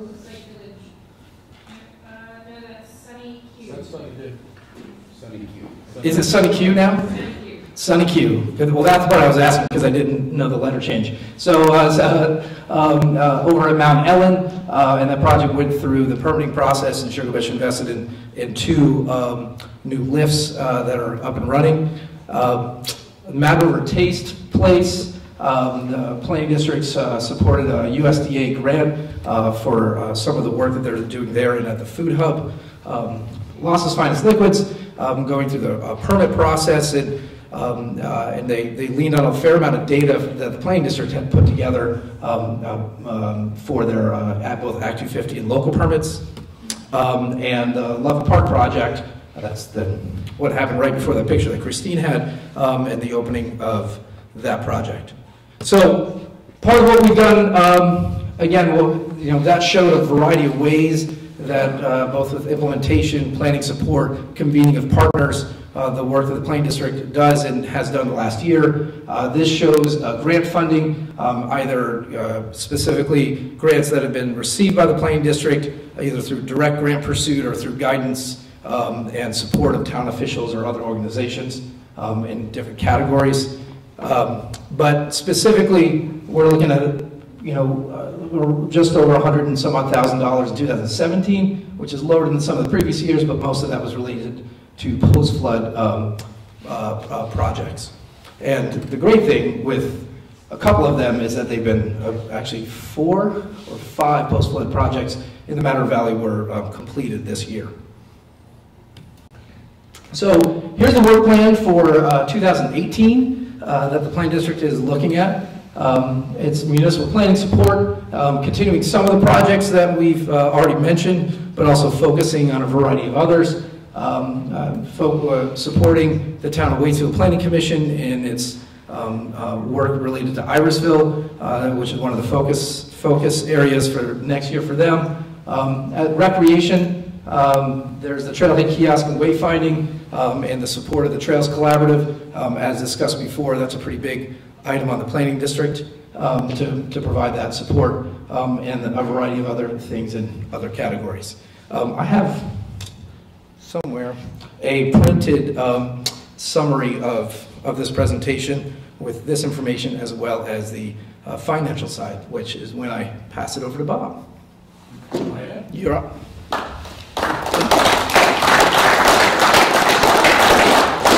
Work. Thank you. How do I work on that? Press that arrow. So I have the pleasure to share with you the financial status of where we are. I do want to highlight that we, as Josh said, this is a transition year. We had to leave the Central Vermont Regional Planning Commission.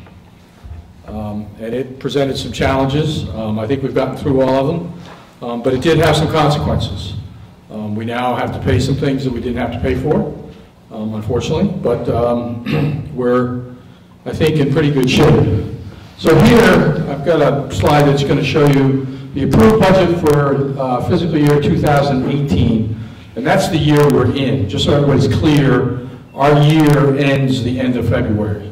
So our new year starts in March 1st, 2018 and ends in the end of February in 2019. So that's the year that we're actually asking, that's over on the right-hand side, that's a proposed budget. So our budget going into this year for salaries, benefits, and taxes was $151,000, and we're projecting that we're going to come out of the year about $155,000. We uncovered some things that Central Vermont Regional Planning Commission was actually paying for us, which was very nice of them, but unfortunately we can't ask them to keep doing that. We have to now pay for it ourselves. So there's some things in there that are definitely whacking us in this current year. And you see going out to the proposed budget year, we are putting in a 3% increase in wages. And well, I think everybody in the room is suffering from is that healthcare costs are on the rise. And most of that increase is both from 2018 to 2019 is due to healthcare costs and a wage increase of 3%. The healthcare cost we've actually taken and tried to manage that, switch carriers, tried to reduce the plan and reduce coverage a little bit. The rent is pretty straightforward. We pay that to the town of Waitsfield. Telephone has expanded a little bit. We now, another consequence that we had, which there was no consequence intended, that the Chamber of Commerce moved out of the White House, and they are now down on Bridge Street. So there was a collaborative effort in the White House to do things through telephone, copiers, and those things together. That's no longer the case. So we have to foot our own way, and there's a slight increase in cost. Plus, we expanded our coverage of how we're covering cell phone coverage for the 2 staff members. Under sales, supplies, computer, we've increased that slightly. We're going to be at about $2,000 for the current year, and we're projecting $2,300 going into the following year. Again, printing costs are going to go up for us. We are going to be able to use the town of Waitsfield's copier and printer for large things, but we're going to have to buy a printer. We're going to have to buy our own paper. We had a very good deal that the chamber had put together, but now that's gone. Just the fact of life, we have to live with it. It's not something we have a choice with. Then we've got travel and conference. You can see we're going to come in under where we expected to be at $3,800, and the following year we're looking at $3,000. Same with what we call workshops in the Tri-Town. This meeting here, we're coming in at $580. We expect to come in at $588, and next year, the following year, we're proposing $950. One of the consequences for dues and subscriptions, you can see that's a new line item that we had to add. Because we now stand alone and only have 2 employees, we had no ability to get workers' comp insurance. Nobody would write it. So we had to join the Vermont Leagues of City and Town, which is a good thing. There's nothing negative about that. But that cost us $875, which we didn't do before. And then the next line you'll see is office insurance. We had some liability insurance at $450, but again, to get coverage for liability, we had to go through VLTC. And the minimum amount that they write is a $1,675 policy. Now, the good news is that we have substantial coverage, and we have coverage that we never had before. We have coverage for errors and omissions from many members of the steering committee, but things that we didn't really seek out. We just cut it to the bare bones, and we have no property. We don't really need to insure anything, but we needed to have some sense of some coverage for liability. We had no choice. That was sort of where we had to go. And within that $1,675 is the workers' comp. And the funny part is that the workers' comp part of that is $110 a year for the 2 employees. But we couldn't extract that out of that and just say, okay, just write us for workers' comp. We had to go to the full pot. Actually, it's their minimum, but we had to take that, and then we had no choice. Bookkeeping services. You can see under the approved budget, we were spending $47.50, We're going to be less than that because we've now separated ourselves from the Central Vermont Regional Planning Commission. And we hired, actually it was Bookkeeping Inc. here in town. That got bought out by Fothergill and Segal in Montpelier. So they are actually keeping our books. We had to spend some money in this current year for an online subscription to QuickBooks, but we now have sort of total control of all of our finances, and we can see where we are, which we never had the ability before. It was in Montpelier. We had to call up on the telephone, sort of ask what we were doing, and so that's a good thing. We've got better control, and we'll see how that goes with the service that we're using right now. I think that the jury's still out, but we'll see. Fortunately, there's other choices. The website rebuild, we had budgeted $600. We're hoping that we can still begin that process this year. If you've looked at our website, it's okay, but it's really not informative. It takes a lot of effort to put information in and update it. So we need to make it easier. And so we're hoping that we can, in the next year in 2019,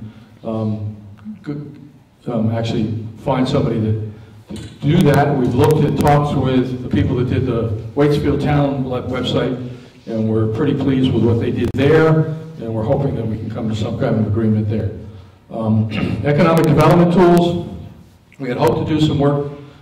This year we're doing some. We did spend money on buying in-plan. You saw the numbers in the rec districts proposal, where they showed what the results of Blueberry Trails was. We now have the capability in the planning district to be able to do that type of analysis. So if some town has a project and says, well, I want to know what happens if we do X, Y, and Z, the planning district can go forward with that and actually show the impact of that. We're sort of on the fence as to whether we'll continue with it. So all in all, that brings us in at an expense level of $188,000 in 2019. And you can see I've shown that the surplus or deficit against our revenue or funding sources is a shortfall. So here's what we're proposing. Here's our ask. We were at $41,986 per town and per funder, I should say, because Sugar was paid the same amount. We're asking for $44,067, and that's made up of covering an $831 per funder shortfall in the budget with utilizing some of our carry forward, but also the steering committee felt that we should not go down to not have any money in reserve, so this provides a $5,000 reserve. As you can see on the bottom, where the beginning balance of our funding was, we had $24,000. We had actually these numbers should be in red. The 6,608 is a negative number. The 12,363 is a negative number as well. And we take the carry forward from this year, which is 17,009, and with a negative 12,363, we end up with a balance at the end of 2019 of $5,500. So those are the numbers. I'm happy to answer any questions, any concerns, comments, or whatever. I guess I direct that mostly to you guys because you're the ones that make the decisions. So.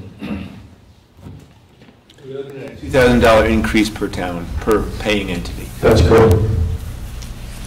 And that's made up of, as I said, $831 and $1,250 to cover the reserve that's made up.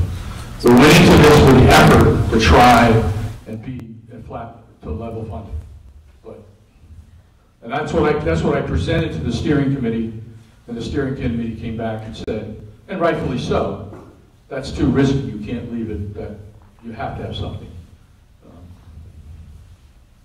left over. So I hope I make the appeal that Josh has demonstrated to you and Christine has demonstrated to you the level of the work that we're doing and the quality of the work that's being done by the planning district. And I don't think a town could buy that level of work and the quality of that work for $44,000 a year. So But I'll rest my case, and you guys can make the decision, so. Any questions, any other detail anybody wants? Could I ask a question? Certainly. Do these towns also pay to the regional planning commission? Yes, they do. And did they get any reduction from the regional planning commission because all this work is being done by the Mad River Valley Planning District? Fair question, but the answer is no. How do we fix that? Is that negotiable? Talk to your legislator right over there. Not yet, but will be. No, I mean, unfortunately, it's a very immersed and complicated, not so straightforward and simple. The whole planning world is not as clean and sensible as one might expect in the state government. Like the rest of state government. Yeah, I guess so. I mean, I got to be careful what I say. It's on camera, so. But it is challenging. I mean, no. And in fairness, and in complete fairness, Eric is here. Eric sits on our board.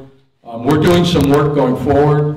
Eric's doing all the, the planning commission is doing all that work for nothing. It's not like they're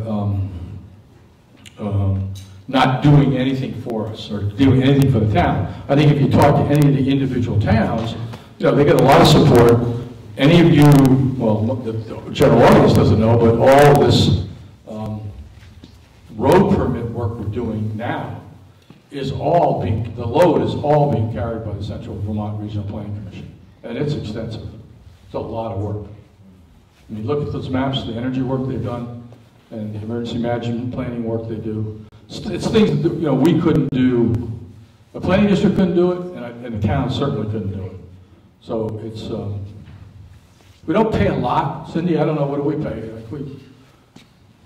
It's in the, actually, it's in Myron's budget. So it's $1,200 a year that each town pays. So it's not like an exorbitant amount of money. It's population driven, or so. I mean, I don't have an issue with it. I think it's, do we get to have any say in it? I mean, no. I think, if somebody wanted to have a bigger issue, I'd say we pay a lot of money in county taxes and we get nothing for that. So, right? No. Huh? Well, I guess if you have to go to court, maybe that's the one thing you get. So, don't ask me about a lot of things. I mean, I'll be honest with you guys, and I'll tell you how I think. So, I won't be diplomatic. So, any questions on the budget? Any questions? It'll be before the towns, and select people will have to respond to it. We're happy to answer any questions. We've tried very hard to push down as hard as we can, and I pushed Josh a little bit in certain areas where I think it's going to be a little bit challenging to meet some of our stay within our confines of what we've said we're going to do. But I think one thing that I'd like to add is the work plan is that you saw, Josh showed you, is about 120% of our available manpower. So we already have, we have more built into our work plan than we have capacity to do. But we've made that commitment. We've done that year over year, and we've consistently been able to deliver what our work plan has required. So kudos to Josh and Christine. They have always stepped up. They've done what they've had to do, and they've made it work. We feel, as a steering committee, and I think those that are here could challenge me on it, and I don't think they would, is that we feel pretty privileged to have the staff that we have. And we are not, we're very sensitive to that, and we're doing what we can to keep them here. Because in my mind, quite honestly, they could walk out of here and get a double the salary job, in Burlington or Montpelier. They know it. I mean, it's not, they're not stupid by any means. And I think we as a group have to recognize that. We've been very lucky. They landed on our doorstep, and here we are. So we're trying to do the best we can with it. And it's tough. Money's always an issue.